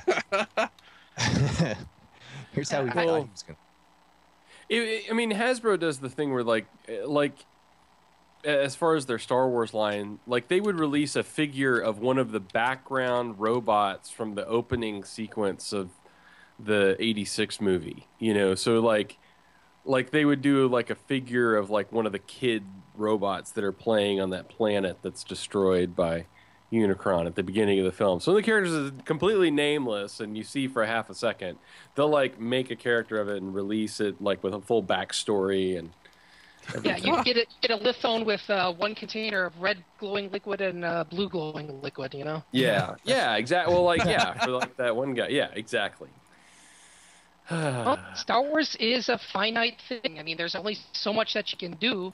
Oh, there you go. AFI Insider says, Vintage says a new General Lando. There you go, Kilby. Heck yes. Hey, see? They heard you. They love you. Hasbro's paying attention to this, too. Actually, there's probably someone who's forced to be stuck in a cubicle right now at Hasbro HQ listening to this to make sure we don't say something out of the way. We love you, Hasbro, so much. We really do. If we did, we wouldn't spend all this money on you. Yeah, I should have spent the money on the Hasbro version of this. Again, I just want to talk about how Kim shook it violently. He's like, "What is this?" I about had a heart attack. Actually, I just really expected his arm to fly off. We don't just put the coolest thing in the chat: fully posable Ewoks. Oh God, fully posable Ewoks. The one thing I like is Hasbro has basically forgotten that Ewoks existed, and that's not been a bad thing. You've had a real doll Ewok. But they have articulated ankles. Yes. Fully articulated ankle. JD, did you just say a real doll Ewok? No, I didn't go there. Oh my God. Somebody wants one. Yes. Somebody. At least a dozen. Oh God. For Star Wars fans, it looks like Expanded Universe is now going to be in Vintage line, which is good because Vintage Universe or Expanded Universe used to be the line of the comic packs, which sadly have gone the way of the dodo. Oh my God, I'm just still reeling from what JD said. FigureReviews.com. Actually, I accidentally just went to the video. I'll go back to that later. Sorry, I wanted to go back to chat. The video of XV's. Oh, okay. I thought you meant the video of the real Ewok. No. The video of the real doll Ewok. So join us in chat. It's fun, and if you start flooding us, XV will kick you. So I haven't kicked a single person yet. Not yet, but you're close. Yeah, there's getting some timeouts, haven't you? Let's be honest. Yeah, I gave one. We've done that. So yeah, so hey, if you're not familiar with Radio Free Cybertron, we are the original Transformers internet radio show, like one of the world's first podcasts. We started doing this crap in like 1999. You know, when You're we only were a few months younger than ASM, actually. That's true, and it's kind of awesome and kind of sad. You know, that we started all this stuff, and now we just sit around and talk about toys all these years later. We're not rich or famous, but you can help us out in becoming rich and famous by subscribing to the show. You can find out all of that stuff at tfradio.net. Follow us on Twitter at tfradio, facebook.com/tfradio, and all that. Watch us live. We stream all of our shows Wednesday. RFC and New Soundwave, Radio Free Cybertron. Like I said, one of the world's first podcasts. Not just like Transformers, but like in general. So you can do that at tfradio.net/live. Watch live. It's awesome. And hey Phil, why don't you tell us about ASM? It exists. Yes, factually That's the correct. awesomest commercial, Phil. There, it exists. Go there, asmzine.com. Tried something new this past year. Tried to do more blogging, so it's not just, hey, we updated in Toy Fair, and then, hey, we updated for the next Toy Fair. So, no. ASM Zine has been a personal pet project of love, completely independent, no advertising. So, yeah. At one point, you were actually serving that off of your computer, off your desktop, like 10 years ago. Kind of. A friend of mine hosted a Linux server off his internet connections. Yeah, it was free, and then, that's what counted. That was what counted. And then it got so much traffic for that, so I found, it was 50megs.com when that site still existed.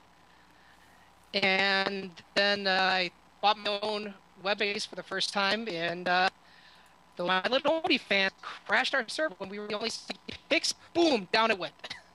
So the Pony fandom, I love you. You follow us every year.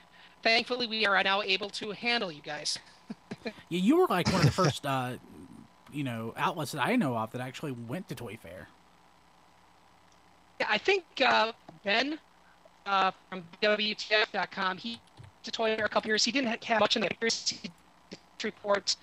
Yeah, we were one of the first fan sites to actually get there. I don't say that we were the first. I'm sure Rebel Scum and for the others, we haven't got there for Star Wars. Figures.com, probably there. The T-Formers are going to Toy Fair. Any idea? I don't know. I mean, last year might have been the first. Yeah, I don't know. That's a good question. I know that last year was.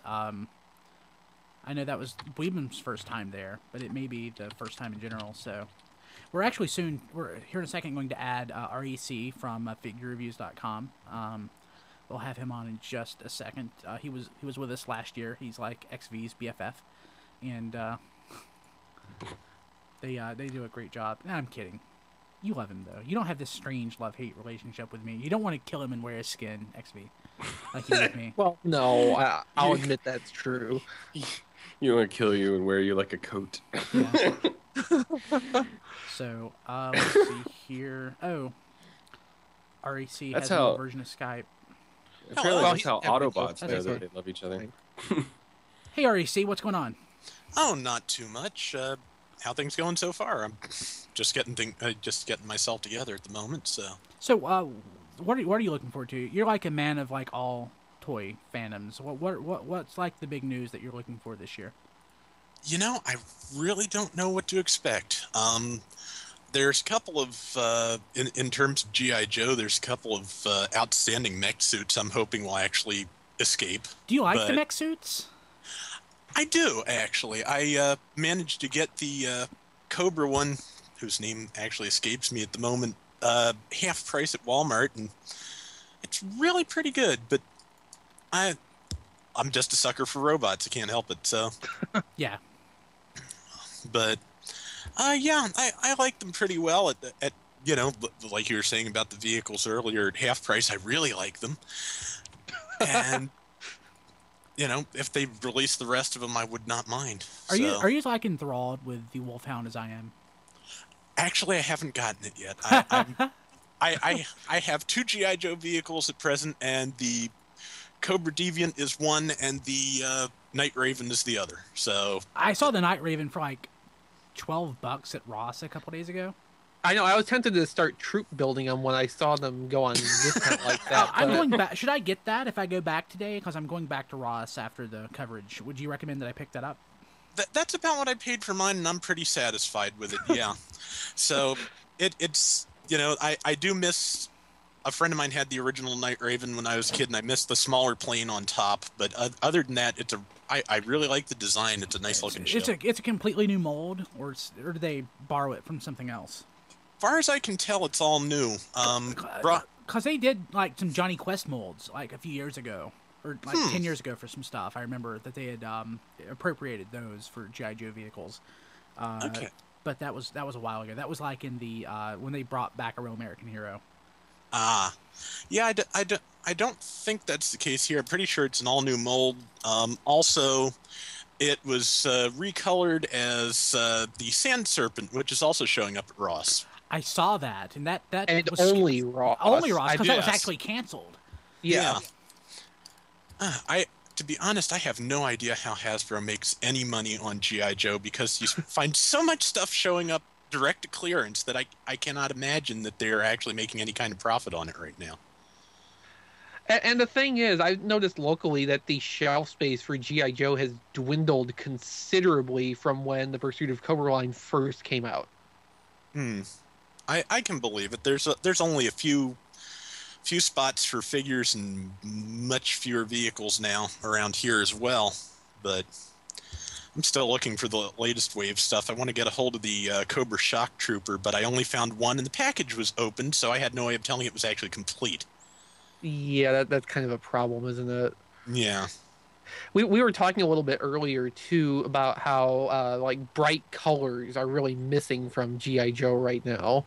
Yes, I would really like some more bright colors here. I got Zartan, and that is a great figure, but it's just so brown. Everything's like brown or dark green or black. Yeah, and I understand that's a consequence of going with these themed environments for the line, but at the same time, my favorite figures from Rise of Cobra were actually the ones in bright, silly colors that you would not find anywhere in the movie. So, well, but maybe they could have like a toxic waste dump environment where you could have realistically your neon greens and such. Yeah, that would be great. Yeah. So John, what's coming up in the chat right now? Everybody's just waiting for bated breath. There's a little bit of talk on G.I. Joe. I think everybody does agree that, I guess, it's not exactly the golden age of G.I. Joe right now. It's kind of in a weird place right now. I don't know if you guys agree that it's the olive drab age of G.I. Joe. Yeah, it's the olive age. It's the dark brown age of G.I. Joe. Maybe you guys know. I've got a question for you guys. So I haven't heard anything on I really like G.I. Joe Renegades. I think the show is fantastic. But as far as I know, we haven't gotten any real news about toys, right? Are we gonna have toys? I assume we're gonna have toys, right? I would hope that they show something today. Yeah, I mean, I hope we'll hear something. I mean, the show's really, really good, really good. So I would hope it would get some support from the toy side, and there's certainly an opportunity, because, like we just said, I mean, it's not like G.I. Joe's doing gangbusters right now. It's not like the toy side of G.I. Joe is in a good groove. I don't think anybody's going to shed a tear if they move in this main line to support the cartoon.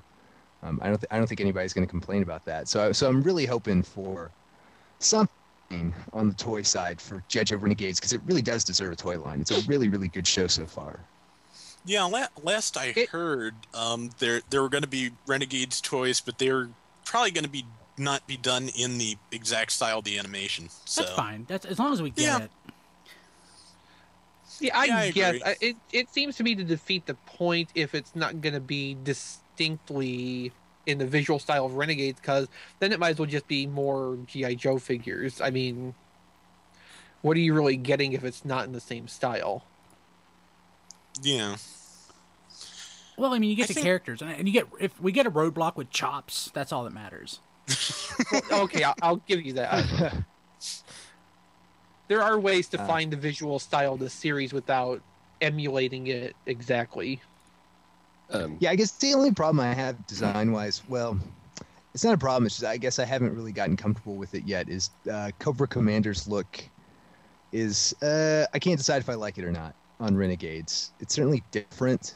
I don't know if I buy it yet. Maybe it just needs to. Maybe I just need some time. Well, he's a character. He's a character really that's hard strange. to change. I mean, you know, he's a character. He has this iconic look, and it's like we only accept redesigns if they took place in the Real American Hero, or if it was like part of the Sunbow cartoon, we're okay with it. But if anything like subsequent, we're really hesitant to take on a change, like the battle armor Cobra Commander. There are people who don't like it, but for the most part, people if Hasbro does like an homage to it, they don't like, they're not up in arms. But if they change Cobra Commander in any other way, like, no, you can't do that. You just, I don't know. I mean, they're not, Optimus Prime changes, Starscream changes, all these characters change, and it's no big deal. But for some reason, Cobra Commander is just a character that you just can't touch. I think people might be a little more tolerant of the changes in Transformers, and even then they're really not that much, though, because it's robots and it's vehicles, and unless you want the same vehicle all the time, which I'll admit some people do, you can't have the characters looking identical from iteration to iteration. I think it also... I'm sorry. I was just going to say people don't usually turn into different kinds of vehicles, so, I mean, there's less expectation of variance, but go ahead with what you were saying.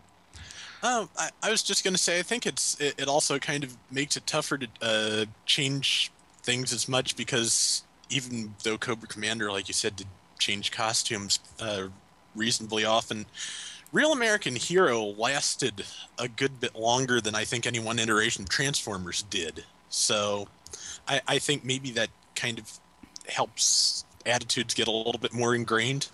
So Peter's saying that Hasbro is covering their Marvel toys next, so hopefully we'll get some interesting items there. So, did real quick while we're kind of broke, did we see this last bit on these lightsabers? Did we mention this? Yes. No, actually, these real effects. Yeah. So $35 realistic. I think it was in a video that we showed earlier. Yeah. But they're realistic-looking lightsabers, like designed for kids. So I'd assume that would mean they're pretty sturdy. But they make like the lightsaber sounds. I guess when you strike them together, they do like the cracking. So it's kind of like Force well. Effects Junior. Yeah, actually, which sounds much better, because I really wanted those, but they were so fragile. So. Yeah. What's the point of a lightsaber toy you can't bash somebody over the head with without destroying it? Hey guys, go to toynewseye.com. Peter and Jay are live blogging what's going on. So if you want to know what's happening as it happens, and you don't want to hear us ramble on about it, or if you want to actually listen and sort of think about, hey Brian, why don't you mention this, or why don't you mention that, or Brian, you should shut the hell up because what do you know about toys? Go to toynewseye.com and read the live blog. Nice. Well done, sir. Well done. Peter promised me a rundown. Marvel panel's beginning. How exciting. Yes. Yes. Fantastic. For dude, I saw the Captain America stuff on Big Bad Toy Store, and I want it. I mean, I hate to say it, that I want a U.S. Soldier toy so bad, but I want a U.S. Soldier toy pretty bad. So, look, the fact that there's a G.I. Joe line is like, there's like a 4-year-old me that's like, yay, I finally get what I want. It's true. I love me some G.I. Joe. I mean, I love me some Captain America and some G.I. Joe, but... Yeah. And now, because of the scale changes, you can have both together. That's true. The scale change, it bugged me a little bit, but you are absolutely dead on right. They totally work together. I'm really looking forward to that Taskmaster figure that we're going to get. So, I think the Captain America line looks pretty good. I mean, I know XV would dearly love them to do ForceWorks US Agent, but that's neither here nor there. Oh, give it up for the ForceWorks. Salute that. I'm also as strange as it is, it seems like there's a lot more variety in the Captain America line than the pictures I've seen so far of the Thor line. There's like 3 movie Thor figures, and they all look absolutely alike except for accessories. I don't want to know what's Feels up like a with Batman line. Go ahead, John. Pardon? I talked over you. Go ahead, John. Oh, go ahead, XC. No, that wasn't that me. was I Phil. was saying, That was like, Phil. sounds like the Thor line's just another Batman line. So we're gonna get like underwater attack Thor. We're gonna get like Fine. Ninja Knight formal Thor. wear Thor. Nice. The Captain America struck me as the Blade Shield. I mean, okay, it's along the lines of Spider-Man having, ninja costume, water comes. I understand they gotta put variety in. The kids will keep buying the same toy over and over, but Bladed Shield, I'm not feeling it. Yeah, the variations that are required for a superhero movie line are really what kind of kills it for me, because you want that one ultimate version of the character, and then after that, they're just taking up space, in my opinion. I know they have to do it for marketing purposes, but it's stuff that can be served with other figures.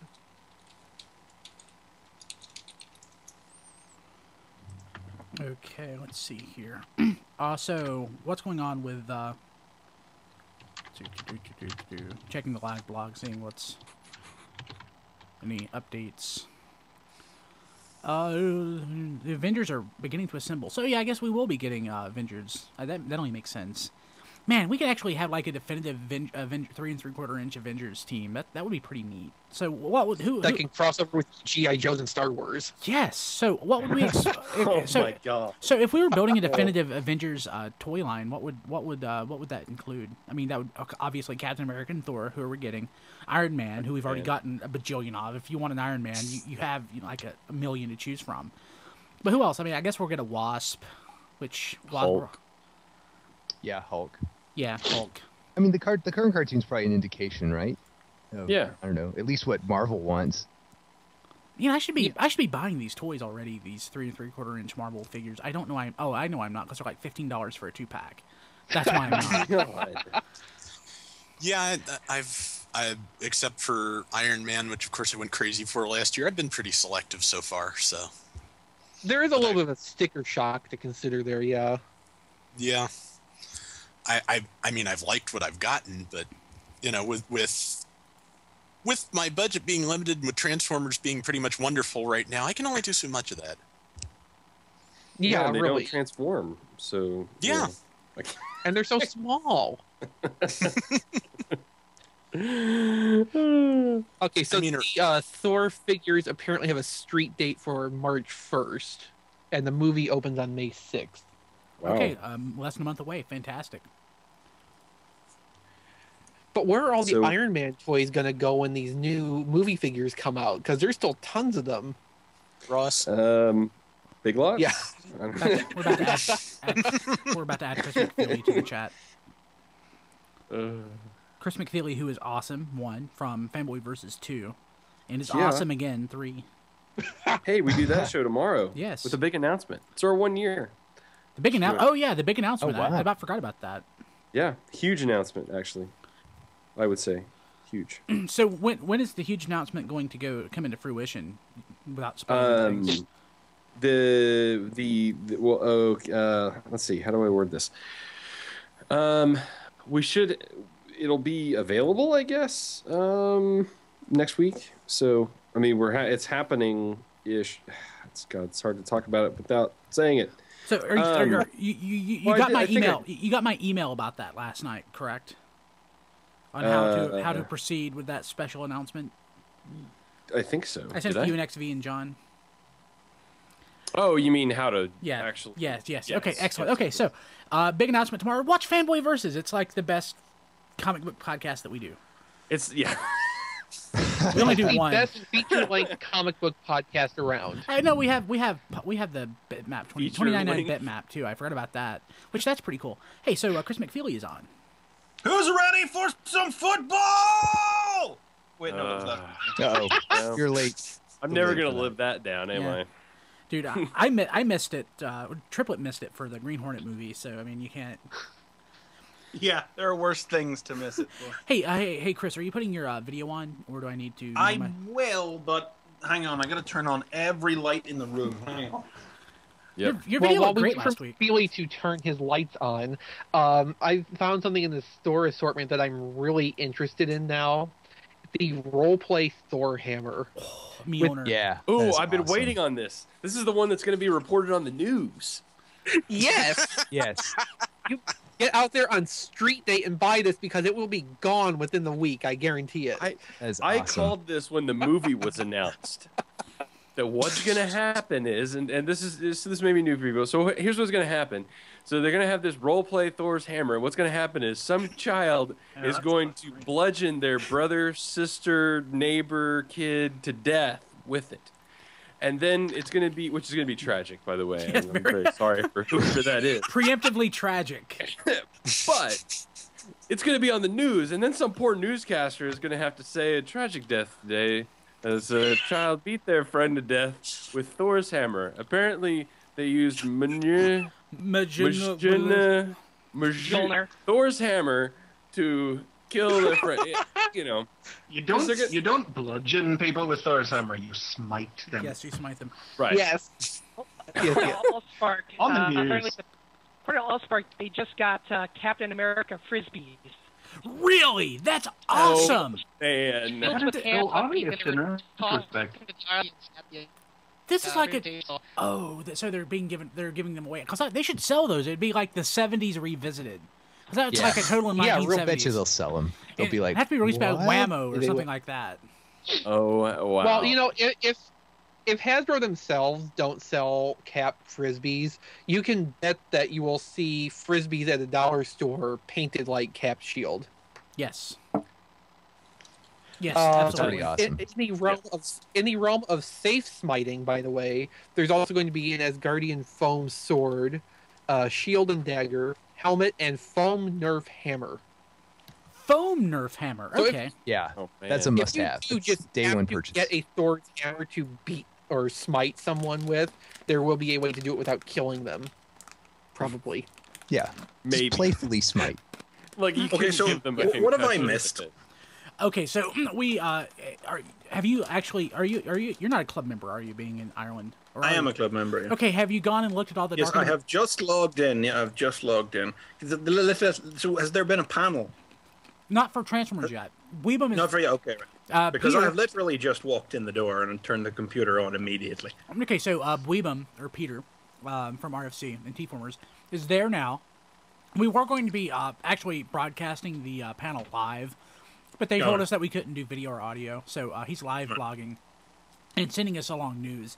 But later on, he's going to be able to take pictures and stuff and send them our way. But so he's sending us along news as we go, and we're also pulling news from other news sources. Yeah, but people should be checking out the live blog at toynewseye.com. That's where it's all happening. But yeah, so Star Wars stuff that I honestly don't care about, except that we're getting a Lando Calrissian vintage that isn't a single pack, so I don't have to buy a whole set, which is awesome. And that's about it. Okay, I'm looking at the club Pretty stuff awesome. now. Check out the Power Glide. The Power Glide's pretty amazing. We got a Power Glide? Shit, dude. What size class is that under? It's the Scout size, or whatever they call it in this. Commander, yeah. Cyberverse. Okay, this is the Cyberverse stuff. He's as G1 as they could possibly do. Yes, absolutely. Oh, that is pretty awesome. Yeah, pretty awesome. I'm not all down on MechTech like a lot of people are, but I'm just looking forward to the kid friendliness, frankly, that I'm seeing from this year's coming line. All of these play features, basically MicroMaster bases back, for goodness sake. How is that a bad thing? Like, one thing, McPhilly, that you missed out on is okay, my Masterpiece Rodimus. You know the panel on the shin. Mm-hmm. My left, the right one's perfect. The left one isn't there. Not there at all. It just wasn't there in the box. It broke off. It sucks. Well, that seems to be pretty common. It is very common. That's one of the most common things. My wife had it last night. She's like, "What is this?" And she was shaking it violently. I'm like, don't do that! Don't do that! Like shaken baby syndrome. I expected his arm to fly off. I really, honest to God, expected his arm to fly off. And I got really pissed off at her, and that caused a small argument. So, So, see, Rodimus is a home wrecker. He's a home wrecker. Mm-hmm. And also terrifying to handle in any way. Well, I'm really happy with Rodimus. I mean, I know he's had a lot of unarguable flaws, but I seem to have had one that I've done fairly well with quality control wise. But he's such a panel former, and I mean, he's not really that much of a panel former. There's a bunch of panels on his legs, but that's purely to get his legs to. You know, the spoiler and everything, and the crotch. There's panels all over this. The crotch is one panel. There's a panel on the back too. There's 2 panels on the back. Yeah, but you don't have to move. That's those. the ass, though, not the crotch. That's just for articulation purposes, not for forming. That's true. So I'm checking out the live blog. Forming is actually to get the panels out of the way. This is true. Okay, so let's see here. A movie cap mask, which Hasbro does all sorts of masks, so that's not unexpected. Mm-hmm. So we're getting the movie costume. We've already seen the toys from this from BBTS. Captain Britain with Excalibur, which I didn't notice that it came with Excalibur. So McFeely, you're from over there. Have you ever actually seen Excalibur? Yes, many times. I held it once. Wow. So we have Winter Soldier, U.S. Agent, and all that stuff. That makes me sad to be an American right there. I'm sorry, I'm joking. I'm being a jerk. But I love McFeely. So. It's because of Rodimus. Rodimus put you in a bad mood. Yes, I am really pissed off about this. How can we tell the difference when you're being a jerk or you're just being yourself? Because you are a jerk. That's true. I didn't realize we were getting so many Cyberverse versions of established characters. Have you seen the Blackout one? It looks awesome. It does look awesome. It really does. It looks more awesome than anything else. And there's a Sentinel. Okay, they're really... I wonder if Sentinel, they're trying to make him be the big breakout character of this one. I think he's going to be the breakout and die character. Yeah, as long as the Fallen and Devastator. As long as he's not, Devastator. As long as he's not racially insensitive, I hope so. I mean, I hated Mudflap and Skid so much. Oh, they were supposed to be the breakout character in the second one. I'm not going to have an argument about Mudflap and Skids 2 years later, but I didn't mind those guys. Ah, man, I did. Can I just Iron Man's continue. What? Sorry, go ahead, Phil. Bakan just tweeted us, Radio Free, have you heard about the massive TF-related item that will be debuting via G.I. Joe? No, we have not. No. I've heard. I mean, it's been boys. We had G.I. Joe, so the toy. I've not heard anything about this. So something big through the G.I. Joe line. Let me pull that up. Massive in terms of impact or massive in terms of size? Price. So you can tell that I'm actually not buying toys right now because really. I'm not as concerned about the price. Yeah, Bakan just said both. Awesome. Both well, there we size go. and price. Are we going to get a transforming flag? Oh, that would be awesome. Wow. Broadside. Broadside. That's exactly where I was going. Broadside. Flag. Come on, Bakan. You know you want a USS flag. Oh my God. it would be like a bodysuit for a kid. The kid. 50. That would be great. 1-2 scale. It's like half scale. That would be insane. You'd have to be Magneto to move it. So 2.5 acre broadside. So we're actually just now wrapping up the second hour of our live Toy Fair coverage. So it's been 2 hours already. Yeah, it's been 2 hours. So let's just quickly take a quick short break. We'll be right back. And like I said, you are tuning into this. It's pretty awesome. More details after this.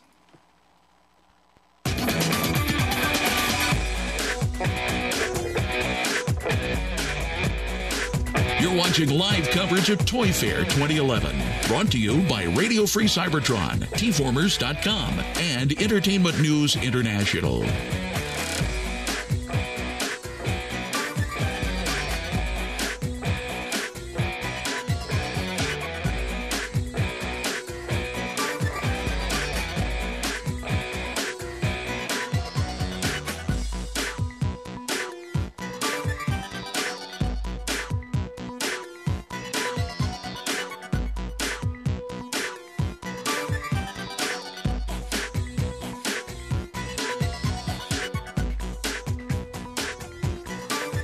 So, like I said, we are covering Toy Fair 2011, Radio Free Cybertron, tformers.com, and Toy News International. Go to toynewseye.com to read the live blog of that. I'm joined, Brian Kilby here. If you're not familiar with Radio Free Cybertron, we're the original Transformers Internet radio show. We've been doing this for almost 12 freaking years old. I'm joined by Phil from ASMzine.com, Chris McFeely from everything, Fanboy Versus, and the other regular RAC from FigureReviews.com, as well as JD Church XP and John DeLuna. So we've actually had some pretty big news today. If you're a member of the Transformers Collectors Club, you have seen the tweet that they are actually, or if you're following them on Twitter, if you actually just happen across the site, you found the preview toys from Dark of the Moon that they have, and it looks great. I mean, some really great stuff. Right now, Peter from T-Formers and Radio Free Cybertron, he is at Toy Fair right now and live blogging at toynewseye.com, and he's sharing information as it becomes available. He'll join us later on to sort of give us his feedback, as well as later on some pictures from the show. So follow us on Twitter. If you're not following us on Twitter, it's at TF Radio. We're actually having an exchange here with BotCon, which is pretty cool. So follow us both, at TF Radio and at BotCon. So like I said, lots of neat things going on. What's the most impressive thing that we've found out so far, guys? Thor hammer.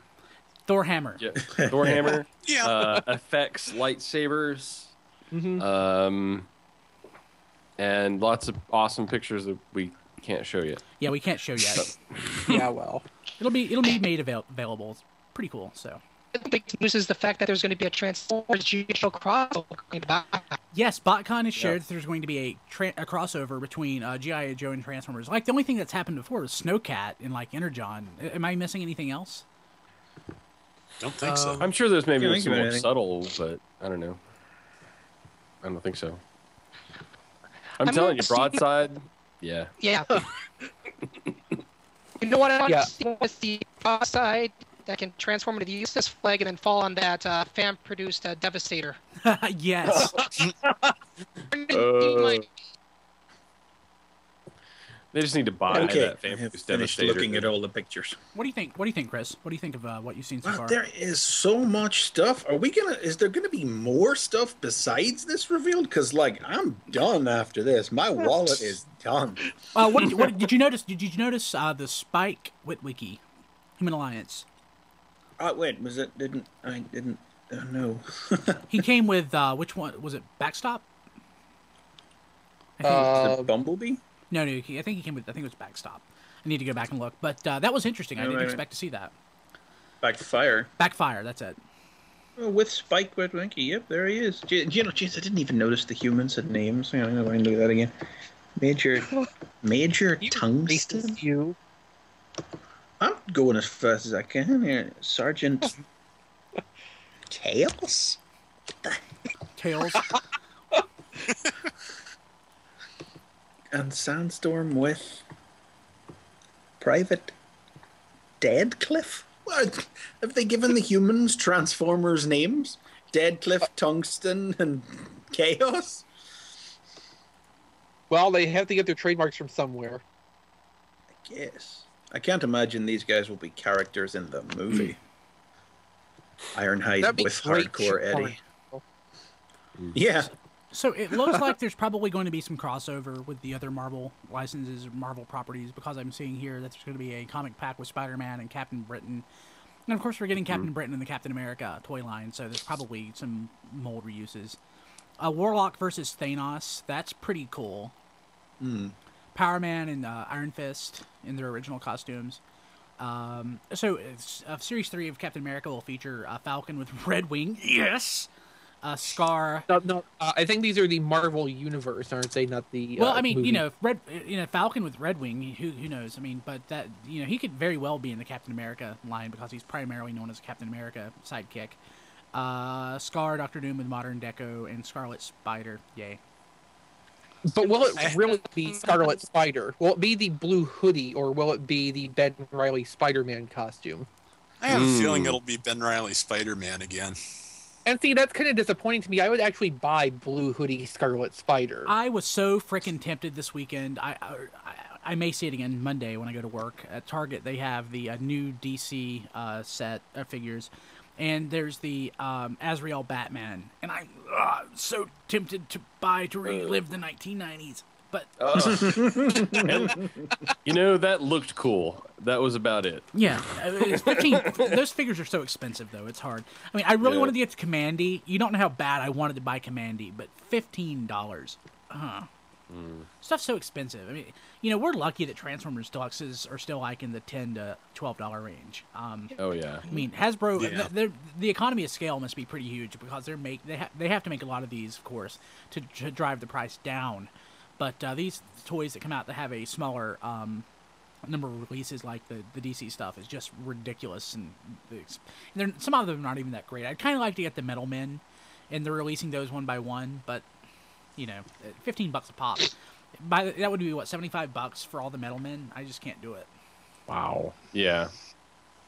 And they're cool, but I'm sure somebody is. You know. Yeah, some virgin somewhere is getting all of the Metal Men. And they're listening right now. Yeah. All right, my Twitter feed is putting with a giant carded Sentinel, X-Men Sentinel for San Diego Comic-Con, Marvel Universe Raccoon, and 6-inch scale Marvel Legends in 2012. Off of Twitter, I'm also... Go ahead, Phil. I have no idea who Rocket Raccoon is. For shame. Oh, man. I know Squirrel Girl, but Rocket Raccoon... It's a raccoon from space. Yeah. In a little space suit and everything. Is he a Green Lantern? No. He's a He should be. They should fight. They should have a fight. So also off of Twitter, apparently there is not going to be a toy line for the X-Men First Class movie. Sad trombone. Wow. Well, there wasn't a specific January Jones figure. There wasn't a specific toy line for X-Men 3 either, as I recall. Good. Thank the maker. Yeah. And, you know, after the Wolverine Origins toy line is still available in some Kmarts, you know, it makes sense. Yeah. Hey, Chris, I picked you up. Do you still want Blur? Yes. Okay, I'm going through I'm finding the things piece by piece. The only thing I'm missing now is your Scourge and Cup, and then I'll send that package to you. Capital, sir. Thank you very much. You're welcome. Just letting you know, I picked up. They're literally all I need right now as well. Yeah. I'm holding off on the second wave of Reveal the Shield in the hopes it'll actually make it over here, because we got the first wave over here. I want to see, because I got 2 or 3 packages in the last week that have me up to date now, except for those. Okay, so where are we getting this Marvel news from? ToyNewsEye.com. Weebum is there right now. He was going to be sending us the audio from the event. We were going to be doing, riff tracks / MST3King it, but they were told no audio, so he's live blogging. That's not too surprising. Yeah, I mean, I pointed out it's like BotCon. The presentation at BotCon, we can't really talk about that stuff, and I wouldn't anyway, because I mean that's part of the experience of going to BotCon is getting all of that interesting stuff. You know, when that stuff leaks out, it's kind of like a black mark against like the fans as a whole. I mean that's part of the reason people go to BotCon. Hasbro is doing us a big favor by letting the news sites into Toy Fair at all in the first place. Yes, absolutely they are. Agreed. See, they're getting into the Marvel Legends relaunch stuff now. So they are relaunching Marvel Legends? Spring of 2012, we'll see 6-inch Ultimate Hawkeye and Heroic Age Bucky Cap. See, I don't care about... I will buy neither. Yeah, exactly. I mean, while I haven't been buying the 3 3/4-inch toys because they're so expensive, I like that scale much better. But you're definitely not going to buy 6-inch toys for the probably $18 they'll cost. Yeah. Because I can't see these not being very expensive. So hey, are we getting Walking Dead action figures? Are we? I've not been made aware. I've just seen on the front of Toy News NI Walking Dead, that chick with the sword whose name I can't pronounce, action figure revealed. Ooh, Who's and the making drill them? she used to meme. Who is making them? Walking Dead Series 1, Rick Grimes, Chick with Sword, Lurker, and Romer, who are being made by... Looks like McFarlane. I guess. There it is. Found it at last. Yes, McFarlane. With a Series 2 of Grimes as a deputy, Daryl Dixon, and a walker and a biter. Now, I probably won't buy those, but that's still cool. That's always the way it works, isn't it? All kinds of things that are cool to have out there, but never going to buy them. Looks like Ben from BWT said there were no Marvel crossovers shown. Repeat that, Phil. I didn't get that. Looks like Ben from BWT had no Marvel crossovers were shown as part of the presentation. Doesn't Good. know if the line is dead or not. Good. It should be dead. Well, at least we got our Ghost Rider before it died. Yeah, I never bothered. I only saw one that I marginally wanted. I wanted the Hulk tank, the Gray Hulk version, but it was like $15 to $20, and I just can't justify that. I gave it away crossover I bought. Wasn't worth it. I kept thinking the first 2 waves worth. I kept thinking the Captain America one looked pretty good, but again, not for the price. Right. Peter says G.I. Joe is next. Awesome. There we go.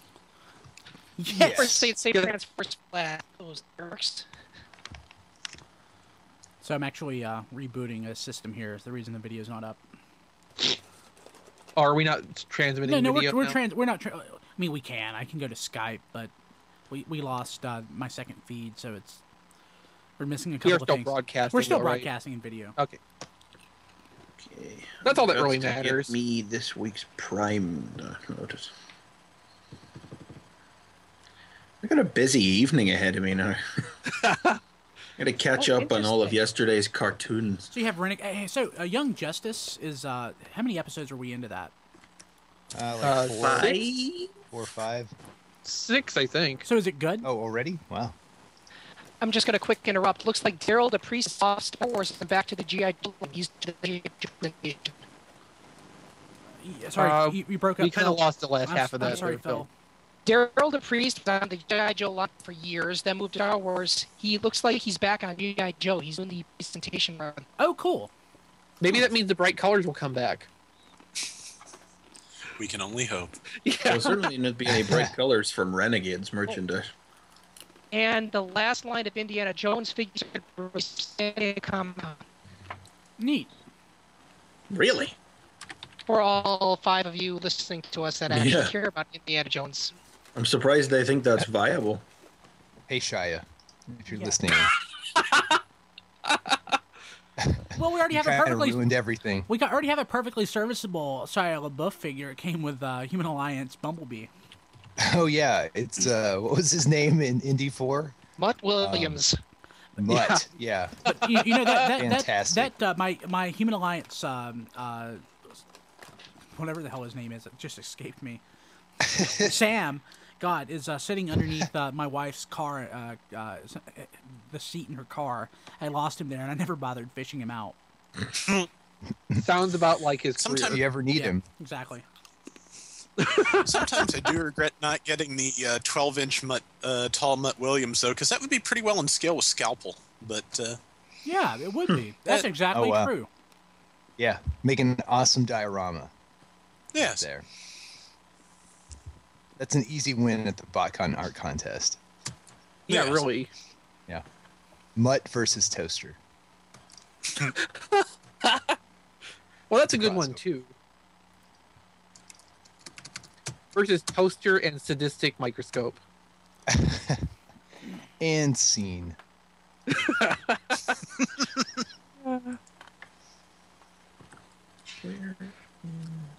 Okay, so right now there's no presentations going on besides what Hasbro's doing today, right? I assume as much. I guess that would I guess it'd be better to ask when Phil was actually present. They're big. They're a big gorilla. They can have a day to themselves. And even if there was other going on, there's not necessarily going to be news sites allowed in today, I guess. The Toy Fair is a whole weekend, isn't it? Yeah, I think it is. Or is it just Saturday? And I think in the Monday and Tuesday too for some stuff. Yeah. The stuff we care about is mostly today. Yeah. Fair enough. So Brian, you were bringing up Young Justice. Yes. You're gonna say something about it? I only watched the two-parter or the one, whatever it was. I liked it. I want to see more of it. I just didn't realize it was out. I need to catch up with G.I. Joe Renegades as well. Actually, I need to catch up with everything. Well, I think at this point, the pilot of Young Justice has been the best we've had from it. I'm getting our video. Yeah, it's kind of meandered. It's kind of just like been there the last few weeks, but yeah, it looks great. On Young Justice. They've given the characters these weird, annoying tics that I'm not feeling. I don't really need forced. to hear Miss Martian say hello to herself over and over again. Yeah, I'll get behind that one. And I dug on it as a one episode through line joke, but I don't get Robin's vocabulary dissection that he's constantly pulling out as well. Hopefully they'll let go of that kind of stuff. They'll loosen up. Coming off Twitter just now, RAC especially should be interested in this. The 12-inch G.I. Joes are apparently coming back. Really? Interesting. Because you demand it. Well, G.I. Joe 30th anniversary is, You know what they need, Brian? What? They need a G.I. Joe branded Singamajig. Oh my god, that's oh yeah. Oh, I found one of those the other day. I did not know they were available over here. I just sat in the store and I must have played that thing for 5 minutes. I have 4 of them. Yeah. Probably have a shelf of somewhere. I'm trying to reach it. He's got his little Singamajig habitat going on. Oh, he's like, yeah, can they harmonize over Skype? Let's try it.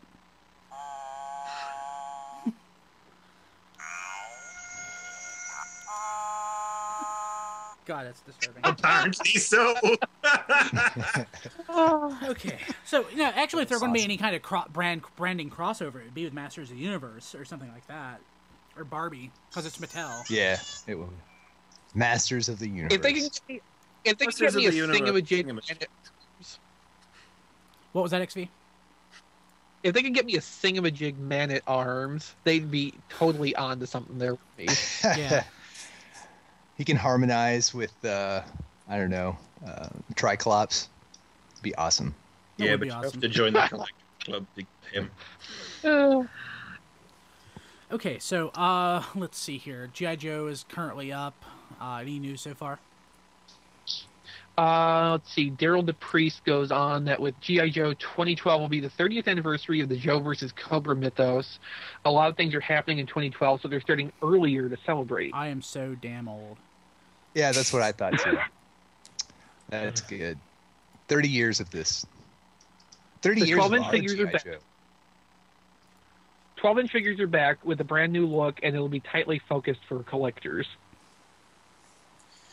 That'll be interesting. Don't care. Pretty much. Also, they're just pretty expensive, so I don't know. Be I mean, I'm not part of the G.I. Joe fandom or anything, but I remain fairly convinced that kids don't give a fig about G.I. Joe, and that's a property that survives on its adult collectors. Yeah, compare He-Man doesn't even have enough of an adult collector base to survive on as a mainstream toy line. But I don't know. Maybe Renegades will turn things around because that's a good show, and the few hundred kids who have the channel are probably watching it. Okay, let me see. I'm looking on Twitter for more updates. Renegades toys will have the same packaging. Don't know as what. I can't find the context for that. But with animation art for the characters, I guess they're not going to be in differentiated packaging. No, that's probably we're sort of expecting that from the Prime toys, aren't we? Really? Yeah. But so there will be Renegades toys coming, but there's not a lot of details that I can find just yet. Be very interested to see how that style translates to 3 dimensions. Yeah, if they try to stay faithful to the animation style. We were kind of wondering about that earlier, whether they'd be doing that. Or if they don't, what's the point? Yeah, I thought that's they'd said what I one was of the, saying too. Yeah, it's a I whole, thought they yeah, said in exactly. one of the Q&As though that they were going to do them in a more realistic style, which realism. Arg. What's the point? Yeah, that'd be sad. I mean, I imagine it's probably quite difficult to translate that style. And I mean, frankly, I think G.I. Joe Renegades is a terribly ugly program that I have watched purely for the strength of the right. I'm not even joking.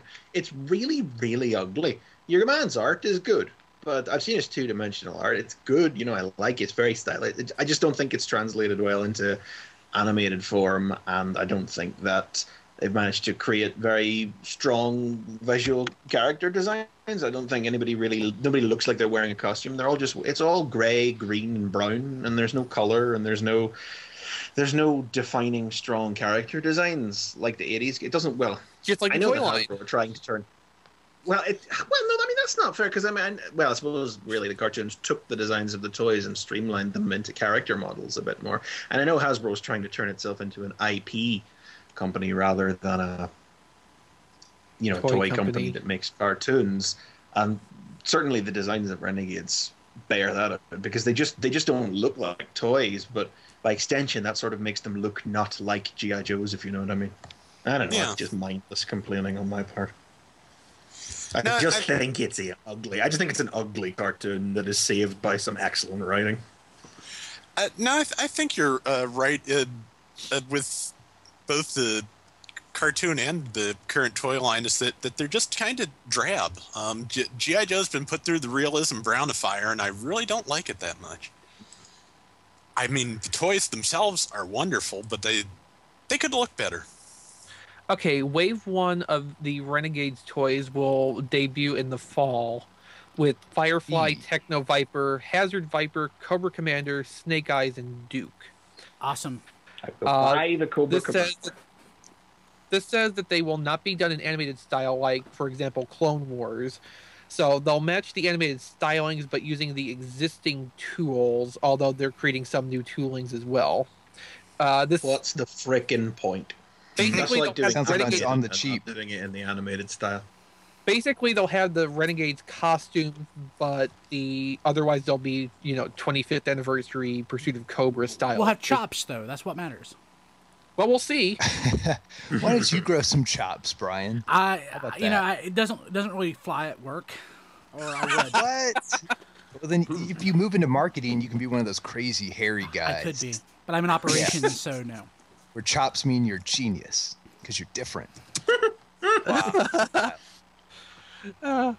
Okay. So anyway, between Prime and Renegades, the timing of these toys have to be kind of disappointing to Hasbro, right? Because these shows are going to be out for quite some time without any kind of presence on the toy aisle. That worked really well for animated. Well, I think that's part of it. Did it? That I added. Oh wait, no. I don't know. I mean, I think that's probably part of their plan is to make the shows stand on their own, as opposed to just being adverts for the toy line. I mean, judging from the sound of the approach they're going to take with G.I. Joe, at the very least, it sounds like they're not really interested in tying it into the cartoon at all. They seem to want to let the cartoon stand on its own, and as far as I'm concerned, it does. Well, that was one of the things that Hasbro expressed. G.I. Joe is what it is. I mean, right? They're good. G.I. Joe will come out eventually, and it'll be there. Transformers, I think, is more the one to be concerned about, given the immediate competition it's going to face from the movie just a few months apart. And early on, that's Hasbro the one that I question. That their intent was to develop at least Transformers Prime as a cartoon first, and then worry about tying toys into it later. It's not supposed to specifically be a vehicle for selling toys. Which is weird, because I mean, I don't know. Hence our belief that they might never get it. Generations or just 2010 packaging rather than. I mean, we'd never get it, but I know, like in my line, I mean, all retail industries are roughly the same. But I would want to know what kind of, I guess, customer behavioral research they did to decide that would be a valid idea. Because I mean, I wonder. I don't know, right or wrong. I wonder, like, if kids these days, when they see a cartoon, they assume toys are out somewhere, and like, I want the toys or I want that character. I don't know if they think that way still, but it would be interesting to see if they did research on that. Well, I think you just have to look at something like Ben 10, which is basically the boys' toy these days outside of Hasbro properties. To look at something that was, as far as I know, a show first that grew into a phenomenon. You know. Hey Phil, what were you saying? Comic-Con G.I. Joe Cybertron will be repainted as Starscream with Pokemon holding a Walther. So Comic-Con exclusive repaint.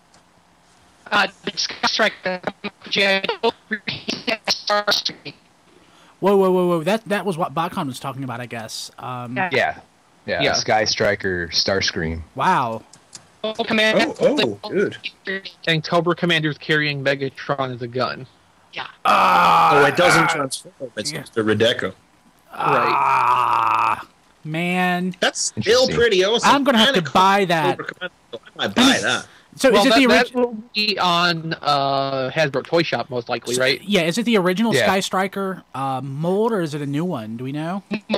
Mold. Redeco of the regular Sky Striker, it says. Wow. For the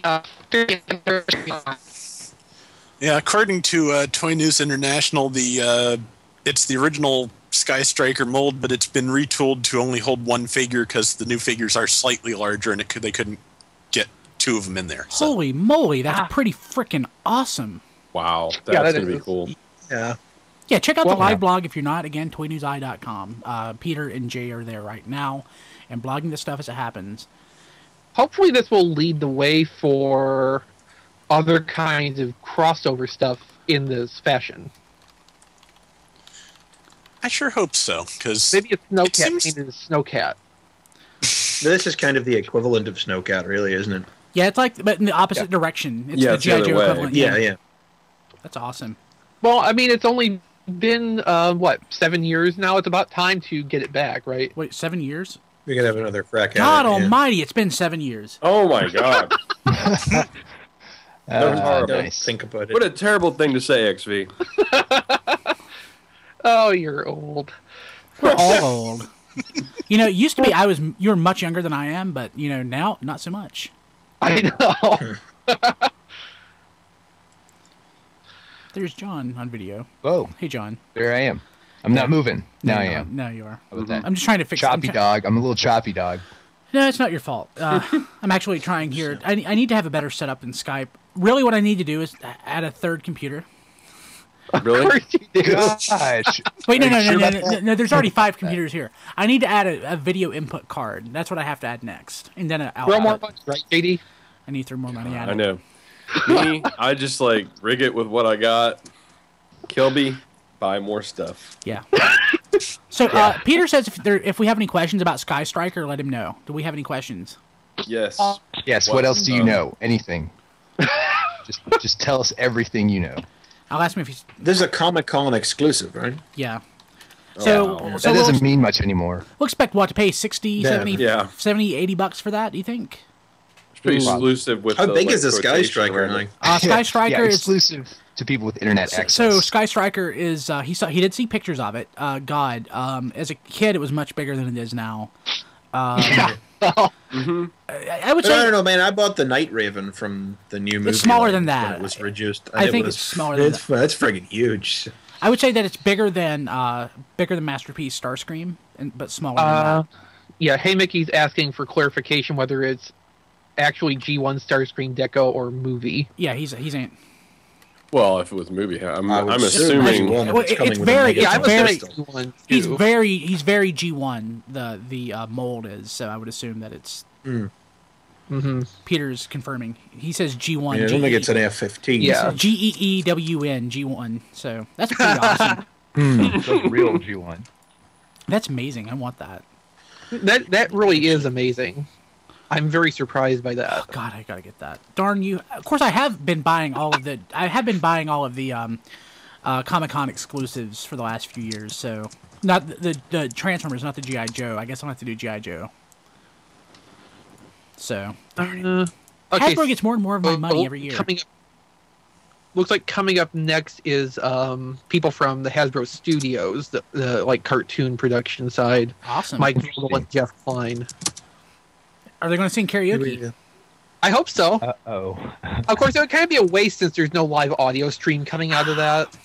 For people wondering why in the heck I asked that, because last year one of the highlights of BotCon was the late night karaoke that John Monzo, Ender, Weebum, and we were all at. It was hilarious. Scott McNeil. You'll have to go to YouTube and just look for Scott McNeil karaoke. I was holding the camera. It was fantastic. I miss karaoke. Yeah. So, Dean2011 in the chat asked what the heck he was watching. Brian, maybe you should run that liner so he knows. So you want to know what you're watching. So this is, if I can pull it up, this is what you're watching right here.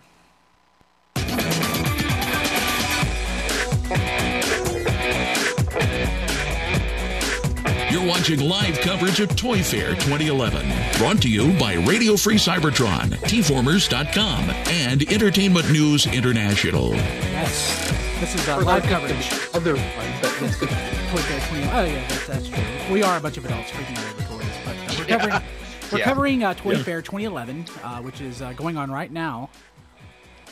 I'm getting news from Weebum about he's giving more information about the Sky Striker. So the big news right now, Sky Striker is going to be a San Diego Comic-Con exclusive. It's going to be a G1 Starscream Deco, and comes with Kepler Commander, G1, and Megatron. Kepler Commander will actually have a Megatron with him that he can carry around. It's been molded. The mold's been modified so that it can only hold one character, because the toys are actually a little bigger than they were. So that's pretty awesome. So okay, Mike Vogel's on stage to talk about G.I. Joe Renegades right now. The cartoon. Okay. You know what? Looking at the Sky Striker, I need to download it. It's still awesome. Yeah, the Sky Striker. I mean, all of the old G.I. Joe molds look great. Not all of them, most of them. They've aged very well. Again, last year my favorite toy, Wolfhound, was just a slight modification of Snowcat. So great toy. It probably hasn't aged very well, but I love the snake armor mold that came back out for Rise of Cobra. It's a coffin with feet. It's wonderful. Because that's like the poster child for Cobra weapon development. Coffin with feet. Yes. Of course, it probably has a parachute in it, too. If it's hey, Mickey asks, please say that the tiny Megatron in Cobra Commander's hand has an orange cap. That would be awesome. That would be awesome. Well, if it doesn't, we'll get it one. Yeah, if it doesn't, we will add some paint. That's just a small paint app away. That's awesome. Yeah, this Sky Striker is a really nice-looking toy. I'll be interested to see the new update on it. The remolding. Yeah, so again, people who are watching this, this is... the Radio Free Cybertron, Tformers.com, E&I production of the Toy Fair 2011 coverage. We did this last year for Toy Fair 2010. It was awesome. It was one of our favorite things we've done. Last year we were joined by Phil Zeman and Chris McFeely. Phil is the owner/god of ASMzine.com. And Chris McFeely is our resident Transformers expert, and BFF and fan, and co-host of Fanboy Versus, occasional co-host or interviewer at Moonbase 2, Transformers consultant for Metrodome. Yeah, that was about 7 years ago. But you still have a wiki article, sir. It's so Jack of all trades, master of none. So we're covering Toy Fair 2011. But like I said, if you're not familiar with Radio Free Cybertron, we are the original Transformers internet radio show and one of the world's first podcasts. We're kind of awesome.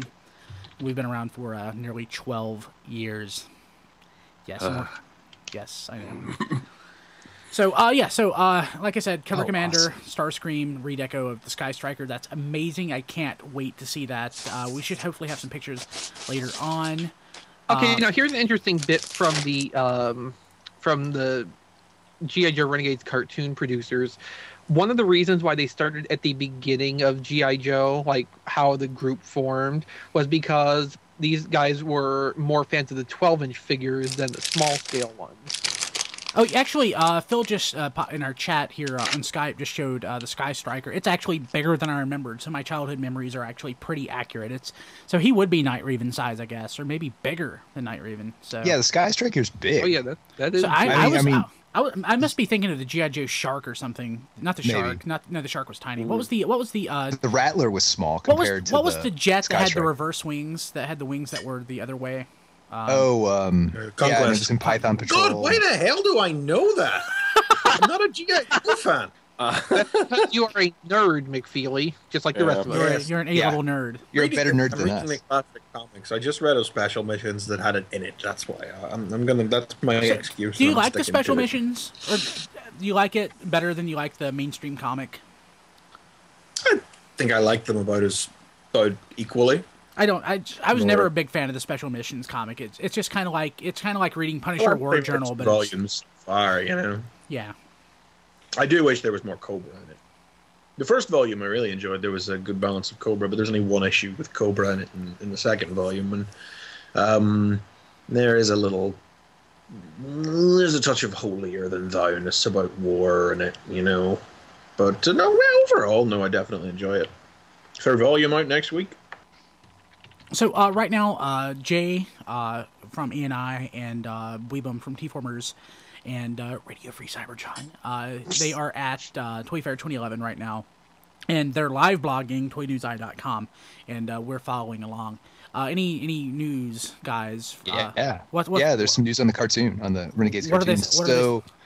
They've shown a 2-minute clip, or I guess probably a short clip, featuring 2 new characters, the Crimson Guard twins. Awesome, Tomax and Zaymot? Yeah, I assume so. They seem to be more of a cult than soldiers. Let's see here. The Crimson Guard seems to be more like a cult than just a group of soldiers this time around, which is interesting. That makes sense. I mean, it's kind of creepy. I mean, they were from businessman / whatever, so... Yeah. I guess they'll probably be the stars of an episode called Brothers of Light that's supposed to be later on in the series. Interesting. And they seem to have, the 2 twins seem to have some kind of mesmerizing powers or ability, and that's how they control their cult. That's how I control my cult. Right. That would be us. Yes. Well, no. I was going to say, that's how Hasbro controls us. Yeah. Actually, years ago, my friend Jason and I, we were actually thinking about, starting a cult, seriously. It was an excuse to get chicks. Hey, come on. Hey, XV, I don't know if you mentioned this with the way they're starting with the origin story. Yeah. But one of the reasons, I guess another reason they wanted to do the origin story is they wanted to make Cobra evil. Yeah, I just saw that. Yeah, because in the original series, they said Cobra never seemed to win. So with this show, in a way, Cobra has already won, and it makes them more evil. Peter just said Mike Vogel is there, but declined to sing. So, oh, they were pretty good. You know, the one thing I like about Renegades is that Cobra is behind that universe's version of Walmart. Yes, it's just so appropriate. So, XV, what have you seen? Have we had any sort of Mighty Morphin Power Rangers stuff? I know that I don't think Bandai's doing anything today. There's just been some stock photos. I saw those yesterday. What was that? The lobster or crab? the Zord. What was it? I think they're calling it the Claw Megazord, maybe. It looked pretty cool, I have to say. Startling fit of imaginative naming from the Power Rangers. Well, that's Bandai. Yeah, the file name on the stock photo is Clawzord. Wow. Which makes me hope that the Squid Zord that will be accompanying it later will be called the Tentacle Zord. Oh my god. Hentai Zord. Yeah. Actually, to sort of change gears, I want to mention to McFeely, I finished the audiobook version of Final Crisis, and I really, really liked it a lot. Wasn't it good? I bought the graphic novel, so following that on the basis that I believe I will understand it more. I for some reason, months ago, right when it came out, bought the hardcover of Final Crisis, and I don't know why I did. I have it. See, hear that right there? But I'm trying to follow along, and I'm still kind of lost. But it makes more sense than it did. Yeah. The inclusion of the extra issues in the collection is a good thing, but Yeah. I'll probably just sell my individual issues now. But I mean, I'm getting all of Morrison's Batman in trade anyway, and that is a key step. So I had stalled. I got R.I.P. I got the Black Glove. I got Batman and Son, and I haven't read them yet anyway because I've got like a backlog of about 15 graphic novels I need to get through. But I had really stalled on making the leap to actually repurchasing Final Crisis. So listening to the audiobook convinced me to do it. Yeah, it's so now really I just good. need to get the volumes of Batman and Robin. If you've never actually listened to a graphic audio presentation, it's really good. So I really liked Infinite Crisis. I liked 52. I've got quite a few that I need to listen to. Hey, John, what's going on in the chat today? What are you seeing as of late? Anything? Well, there's actually a lot of talk on Sky Striker because it's one of those things where I think people haven't thought about for, I don't know, 15 years, 20 years. More than that, yeah. 30 years. Yeah, so we posted in the chat pictures supplied by Phil to show scale. Of course, Yojo.com has a lot of comprehensive pics of the Sky Striker. And I just posted the commercial, the original commercial for the toy, which really paints the picture beautifully, like on how big it is. Even though clearly, right, in G.I. Joe commercials, they probably hired tiny child actors, so the toys looked huge. Sure, that's like an old trick. Because remember, like if you remember, like the Fort Max commercial, I should find that. I'll find that. Spoken like Fort a Max true advertiser there. Yeah, because there's like a 2-year-old like holding him. So they're like, look how tall this guy is. And we're like, wow, amazing. He's like 6 feet tall. And then you realize, it was like an Oompa Loompa messing with him. Yeah. So everybody's still talking. Everybody's still talking about the Sky Striker and the Starscream and Megatron kind of crossover thing, because I think everybody's agreeing that it's unexpected and but awesome. It's awesome, and people want it. Yeah, I want it. Darn it, that thing's going to sell out so quick. I lucked out and got Blaster because last year they were doling them out on Hasbro Toy Shop. They might call it Hasbro Collector or whatever. No, but yeah, I only lucked out because they were only selling them a few at a time, which is pretty cool. I wish Matty Collector would do that. But but God, he's gonna be like $80. That's gonna be a lot. But again, there were blasters. There were San Diego blasters everywhere at Auto Assembly this year, and I still didn't buy one. I don't know why.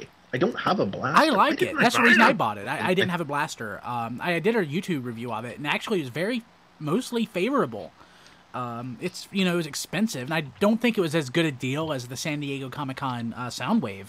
But again, it's still totally worth purchasing. It was like $80. I mean, it's like I already have Ramhorn and Steeljaw from the reissue set they did, but I don't even have Eject. But it's like I couldn't bring myself to buy the. I think I still have like residual hate because I had a pre-order in for the original Transformers Collection reissue of Blaster, but then I got unemployed and I had to cancel the pre-order. That sucks. And I think I have residual hate. That's how many years ago is that now? Though that's 6 years ago, 7 maybe. I have residual lingering like bad feelings over the Blaster toy. One thing I wanted to mention, if you miss out on any of this, we're actually going to have this in podcast version. It's going to be Moonbase 2 sized. Which is pretty cool. Or bigger. It'll probably be a little bit smaller than their podcast. Actually, it'll be longer. What Moonbase 2 runs usually 4 hours? Or I haven't listened in a while. Are they still doing 4-hour shows, McFeely? No, they're doing them in much shorter shows now. Oh, it's been a while. I don't have a chance to listen to a lot of podcasts anymore. It'll be like 2 Fanboy Verses. Yeah, it'll be like if you listen to Fanboy Versus is a long podcast, so it's going to be like the length of that. But we'll have that in podcast form. Unless I host it. Right, and then it's like 45 minutes.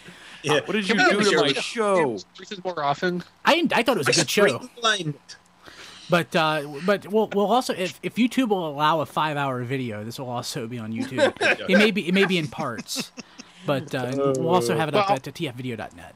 And if nothing else, there will be the Ustream recorded version. We will have a full version in Ustream if nothing else, and we'll link to that. And we'll link to that also off of tformers.com later on. So Lots of awesome stuff. Lots of awesome stuff that we've seen. The Thor hammer is probably the best, least surprising but best thing we've heard so far. Probably the biggest surprise, of course, is the Cobra Commander, Starscream, Sky Striker. Of course, the most comprehensive view of anything, of course, is the BotCon Transformer Club picture collection early sneak preview, non-stolen. You know, that's awesome. Official channel of all of the Dark of the Moon toys that have been announced so far. Some great stuff, great photography. And if you're a member of the Transformers Club, go and look. If you see them and it's not at the Transformers Club site, those are probably stolen. So, actually, we probably need like an RFC wiki so you can know like why in the heck I'm talking about stuff. For me, I sort of have I guess it comes from being a nerd for so long, but I kind of have like this rough thing with stolen prototypes. I don't like seeing them because I think they hurt the fandom more than anything. But you see more and more of them. But have we done a comprehensive rundown of every? I wasn't here for it. If you did it, did we do a rundown of just everything that the club has shown us? No, we actually haven't. We talked about the best stuff. Are you looking at it now? I have it in front of me. You want to do that, sir? Oh, okay. Hang on. My internet is kind of slow. Bring it up. You got to do it. Hey, Phil, your video looks hey, one there's quick a thing. lot of crap. Hey, Phil, your video looks really good. What kind of camera are you using? I know this is a new setup for you. No, I'm just using the camera that's built into... Or Phil. Is your name Phil? Oh, sorry. This is quick camera that I got for like $10 at Black Friday a couple years ago. A $10 camera. That's awesome. That's great. Yeah, cheap. It looks great. Really good. Really good. Okay. Sorry, Chris. Go ahead. Right. What do we got? So the Cyberverse Legion assortment. That's what Legends are now. Yes.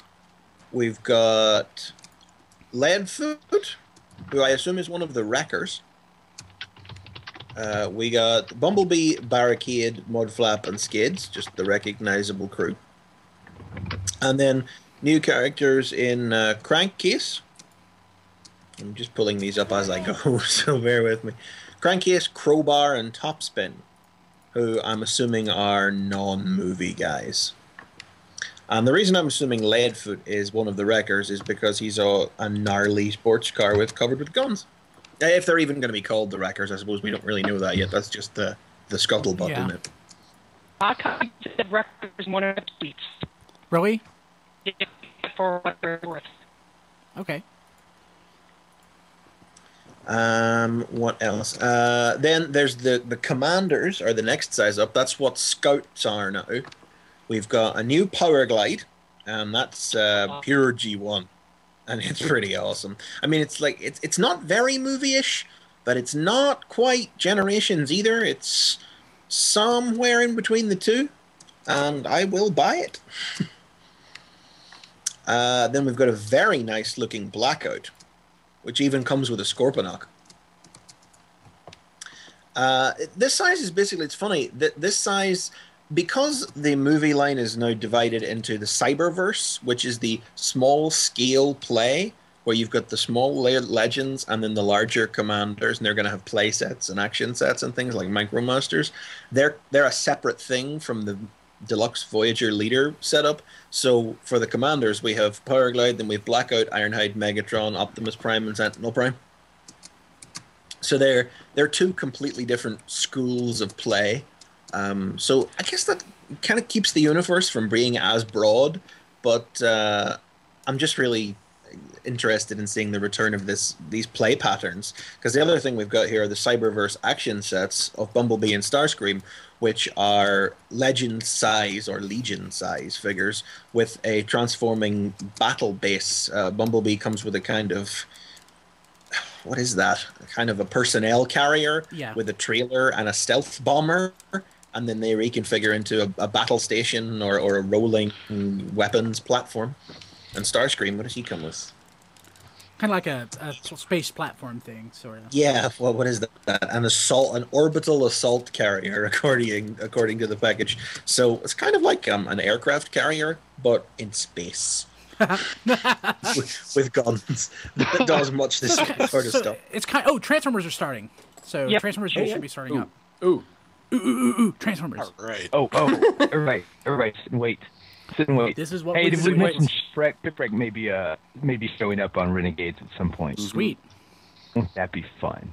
Well, there's an episode called Shipwrecked coming up. Awesome. Yeah. No points for. Let me switch to full camera view so I can actually have the news up. So let me move this over to the TNI. Toy News International live blogging. Cover the MacTac stuff after we see what's coming out of this. You can keep going. I mean, just. I suppose the panel has to introduce itself and everything, doesn't it? Yeah. Okay, I'll quickly. Here's a funny the next. Nope. What XV? No, go ahead. Funny little. Waiting for the.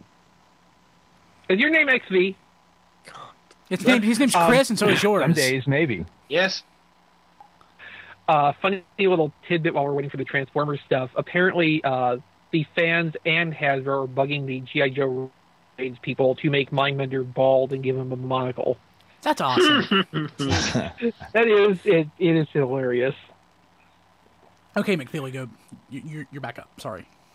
Okay, what do we got? The next play pattern above the Cyberverse is the MechTech, and that is, so far we've seen 8 deluxe figures, which is Sideswipe, Starscream, Skids, Ratchet, Barricade, and Jolt, just the recognizable characters, and then who I presume are the other 2 members of the quote-unquote Wreckers, in addition to that other guy whose name I've already forgotten. in addition to Leadfoot. Come on, there's a lot of them. It's hard to keep track. Roadbuster and Topspin. I want Topspin, obviously. And of course, these all come with the giant transforming guns. And then the Voyager assortment is Megatron, Optimus Prime, Shockwave, Skyhammer, who's a new character and looking pretty sweet. Actually, he's an Apache style helicopter, and Ironhide. And then the sole leader. I kind of like that they're not putting Megatron and Optimus in the leader class this year, because we've already had 2 runs of that. Sentinel, who we've seen earlier this week. So what do you think of Sentinel? I haven't asked you. Do you like Sentinel? The opinions are mixed. I like Sentinel. Me too. Opinions are really mixed on that. Chris Triplett hates it. Really? Yes. Hates it? Hates it. Wow. Yeah, I guess he's polarizing. I guess I could see that. I can get behind it. He also looks like he'll make Prime repaint fodder for like an Alpha Trion or a Vector Prime or something. Absolutely. Oh yeah. Absolutely. And those are the 2 main play patterns. Then, I forgot the other MechTech thing is the Human Alliance MechTech. I'll put those up on. Here's Sentinel for people who haven't seen them. These are the again I suppose we don't really know exactly what size class they are. They look to be somewhere between Scout and Deluxe. They seem to kind of be a size class of their own. Triple changing figures that turn from robots to vehicles to battle platforms and come with a Human Alliance scaled human figure. And they are an Autobot Thunderhead with Major Tungsten. I guess they're all Autobots now that I think about it. Yeah. Backfire with Spike Witwicky. That's interesting. That is really interesting. Ice Pick. Ice Pick's wait a minute. Ice Pick is a Decepticon. How can we have Human Alliance? Okay, that just got interesting. Human Alliance Decepticons with Sergeant Chaos. There you go, Sergeant Chaos. And another Autobot. There's only one Decepticon in there. Sandstorm with Private Deadcliff. So there's some pretty damned ridiculous human names. But that is one step away from G.I. Joe crossovers. And then there's MechTech, Human Alliance, Bumblebee, but that appears to just be a straight repaint into stealth-style colors of the pre-existing Human Alliance Bumblebee figure. And then we got the younger play pattern stuff. Robo Power. Robo Power seems to be the new catch-all term for the younger targeted stuff. Activators with one-click transformations, GoBots, which are pop-up and go style figures, and Robo Fighters, which is the new name for the they call them the Cyber Slammers, the non-transforming electronic talking figures, which are coming in Ironhide, Starscream, Prime, and Bumblebee forms. And that's a very truncated view of everything that we've seen from the club so far. Nice. Okay. Why couldn't Sergeant I'm just Chaos really be interested in the Captain notion of Chaos? human alliance. All I'm asking is why Sergeant Chaos couldn't have been Captain Chaos Or Captain from the Caveman. All movies. He really looks like he's from Cobra too, because he's wearing a stupid hat.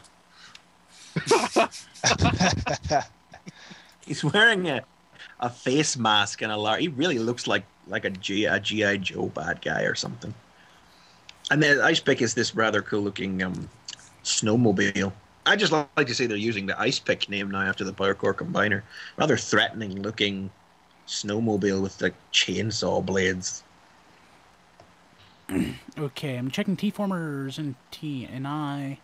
Nothing so far on the live blog, but they are showing the Creo figures right now, though. Okay. And these are these new Lego type thing, right? You know, the Optimus Prime does not look bad. I don't care what people say. I don't think it looks bad at all. Yeah, I saw the picture. I was just looking at them earlier. Yeah, it looks pretty decent, and I think it's an interesting combination that the figures seem to be movie-styled, but seem to come with little G1-ish minifigures of all the characters. I love those. Minifigures are awesome. Yeah, that looks like it could be fun. They look, as Hey Mickey says in the chat, they look so much better than the Built-to-Rule stuff did. Yeah, Built-to-Rule is such a nightmare. I guess the idea is that you can build the pieces into the larger Transformer. When you're done with that, you can use the pieces to make like a base or something for the little minifigures. Hey, you know what? Sounds about right.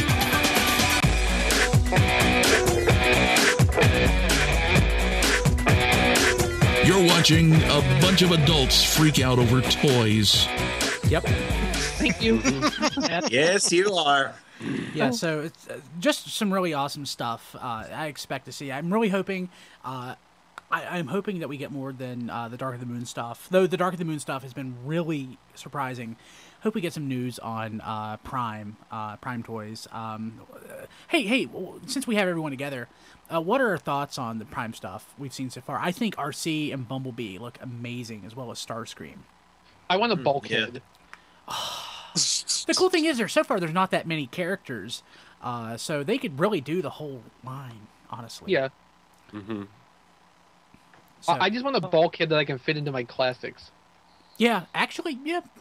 The visual aesthetic is not so far apart that, you couldn't sort of... It's not like trying to shoehorn in an animated toy. Exactly. We are getting a replacement for Robot Heroes. What? Robot Heroes? What? Robot Heroes are coming back. I'd heard this earlier, yeah. Yes, I love Robot Heroes so much. That's so awesome. I love Robot Heroes. They're calling them rescue bots now, apparently. I don't care. Well, yeah. you go to my cube at work, and it's covered with Robot Heroes and Combat Heroes. That's fantastic. I love that. Will I get my Victory Saber and Deathsaurus set? No. No. If you're bringing the thing back, they're out there. Release the ones...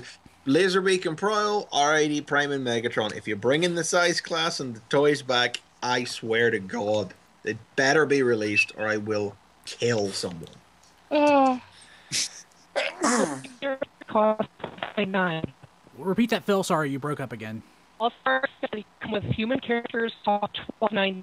$12.99 for the Human Alliance. For rescue bots. The rescue bots. Oh, rescue bots.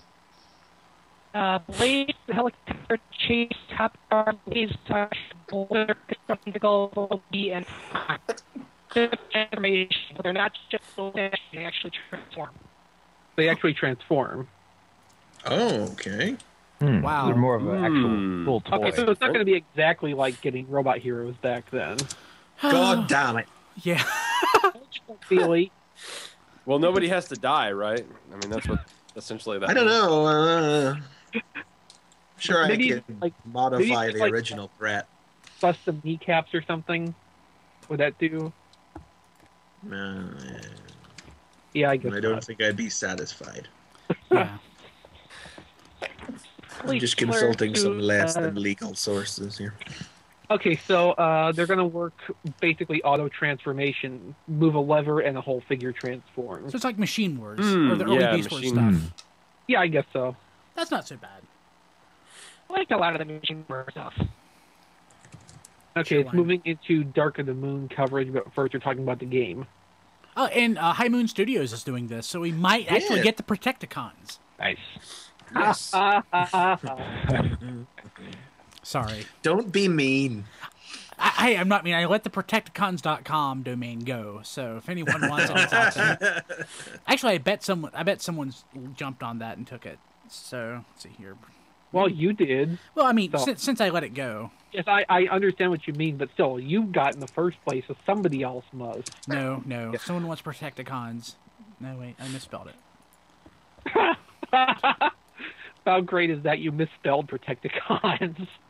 It doesn't exist, so I had to assume how it was spelled. Maybe it's spelled differently than it was intended. So yeah. Intended. Well, I don't know. Okay, so let's see what the hubbub is. Dark of the Moon. Well, maybe since High Moon Studios is doing the game, it will actually be worth playing. Yeah, I mean, War for Cybertron's fun. It's not a bad game. Yeah, now that I've had some time with it, I'm really enjoying it. The demo I was not thrilled with, but the full game I'm enjoying quite a bit. Also, as far as the multiplayer goes, it helps that my brother got a PS3 and I don't have to pay to try it. So that's that's a big plus. Big plus. Plus, that way, when you get fed up with people being jerks over multiplayer, you don't feel like you're wasting money by just taking your ball and going home. Wow. It's also the one thing I found very nice about playing it online is that not a lot of people on the PS3 version have headsets. So, oh well, there's a big point for it. Yes, I mean I got to hear one lovely conversation where someone called some woman gay because she was using the sniper rifle to snipe and utilizing cover, but this is normal. Oh, tactics are against the rules. Oh, of course. You're supposed to just barge in and, get shot like I do. Yeah, me too. Well, I'm really good at that. That's what I would do if I had the game and the multiplayer, but since I don't. That's what you do if you're in the army. I think it was that first Modern Warfare game where on the multiplayer it would like show you the person that killed you, and then I always felt like a moron because like, wow, I was just right there in the open. Shot me in the head. Yeah, really. Okay, so they're not showing the actual gameplay. No gameplay shown. They're moving on to the toy line now. Okay. Good. Nice. Yeah, the sneak peek has started. And BotCon asked if there are any images out yet of the Starscream, Sky, whatever it is. I don't know G.I. Joe stuff. Yeah. The Comic-Con exclusive Starscream recolor thing. Okay, hold on 1 second, guys. We need to take a quick break for just like 10 seconds, okay? Okay.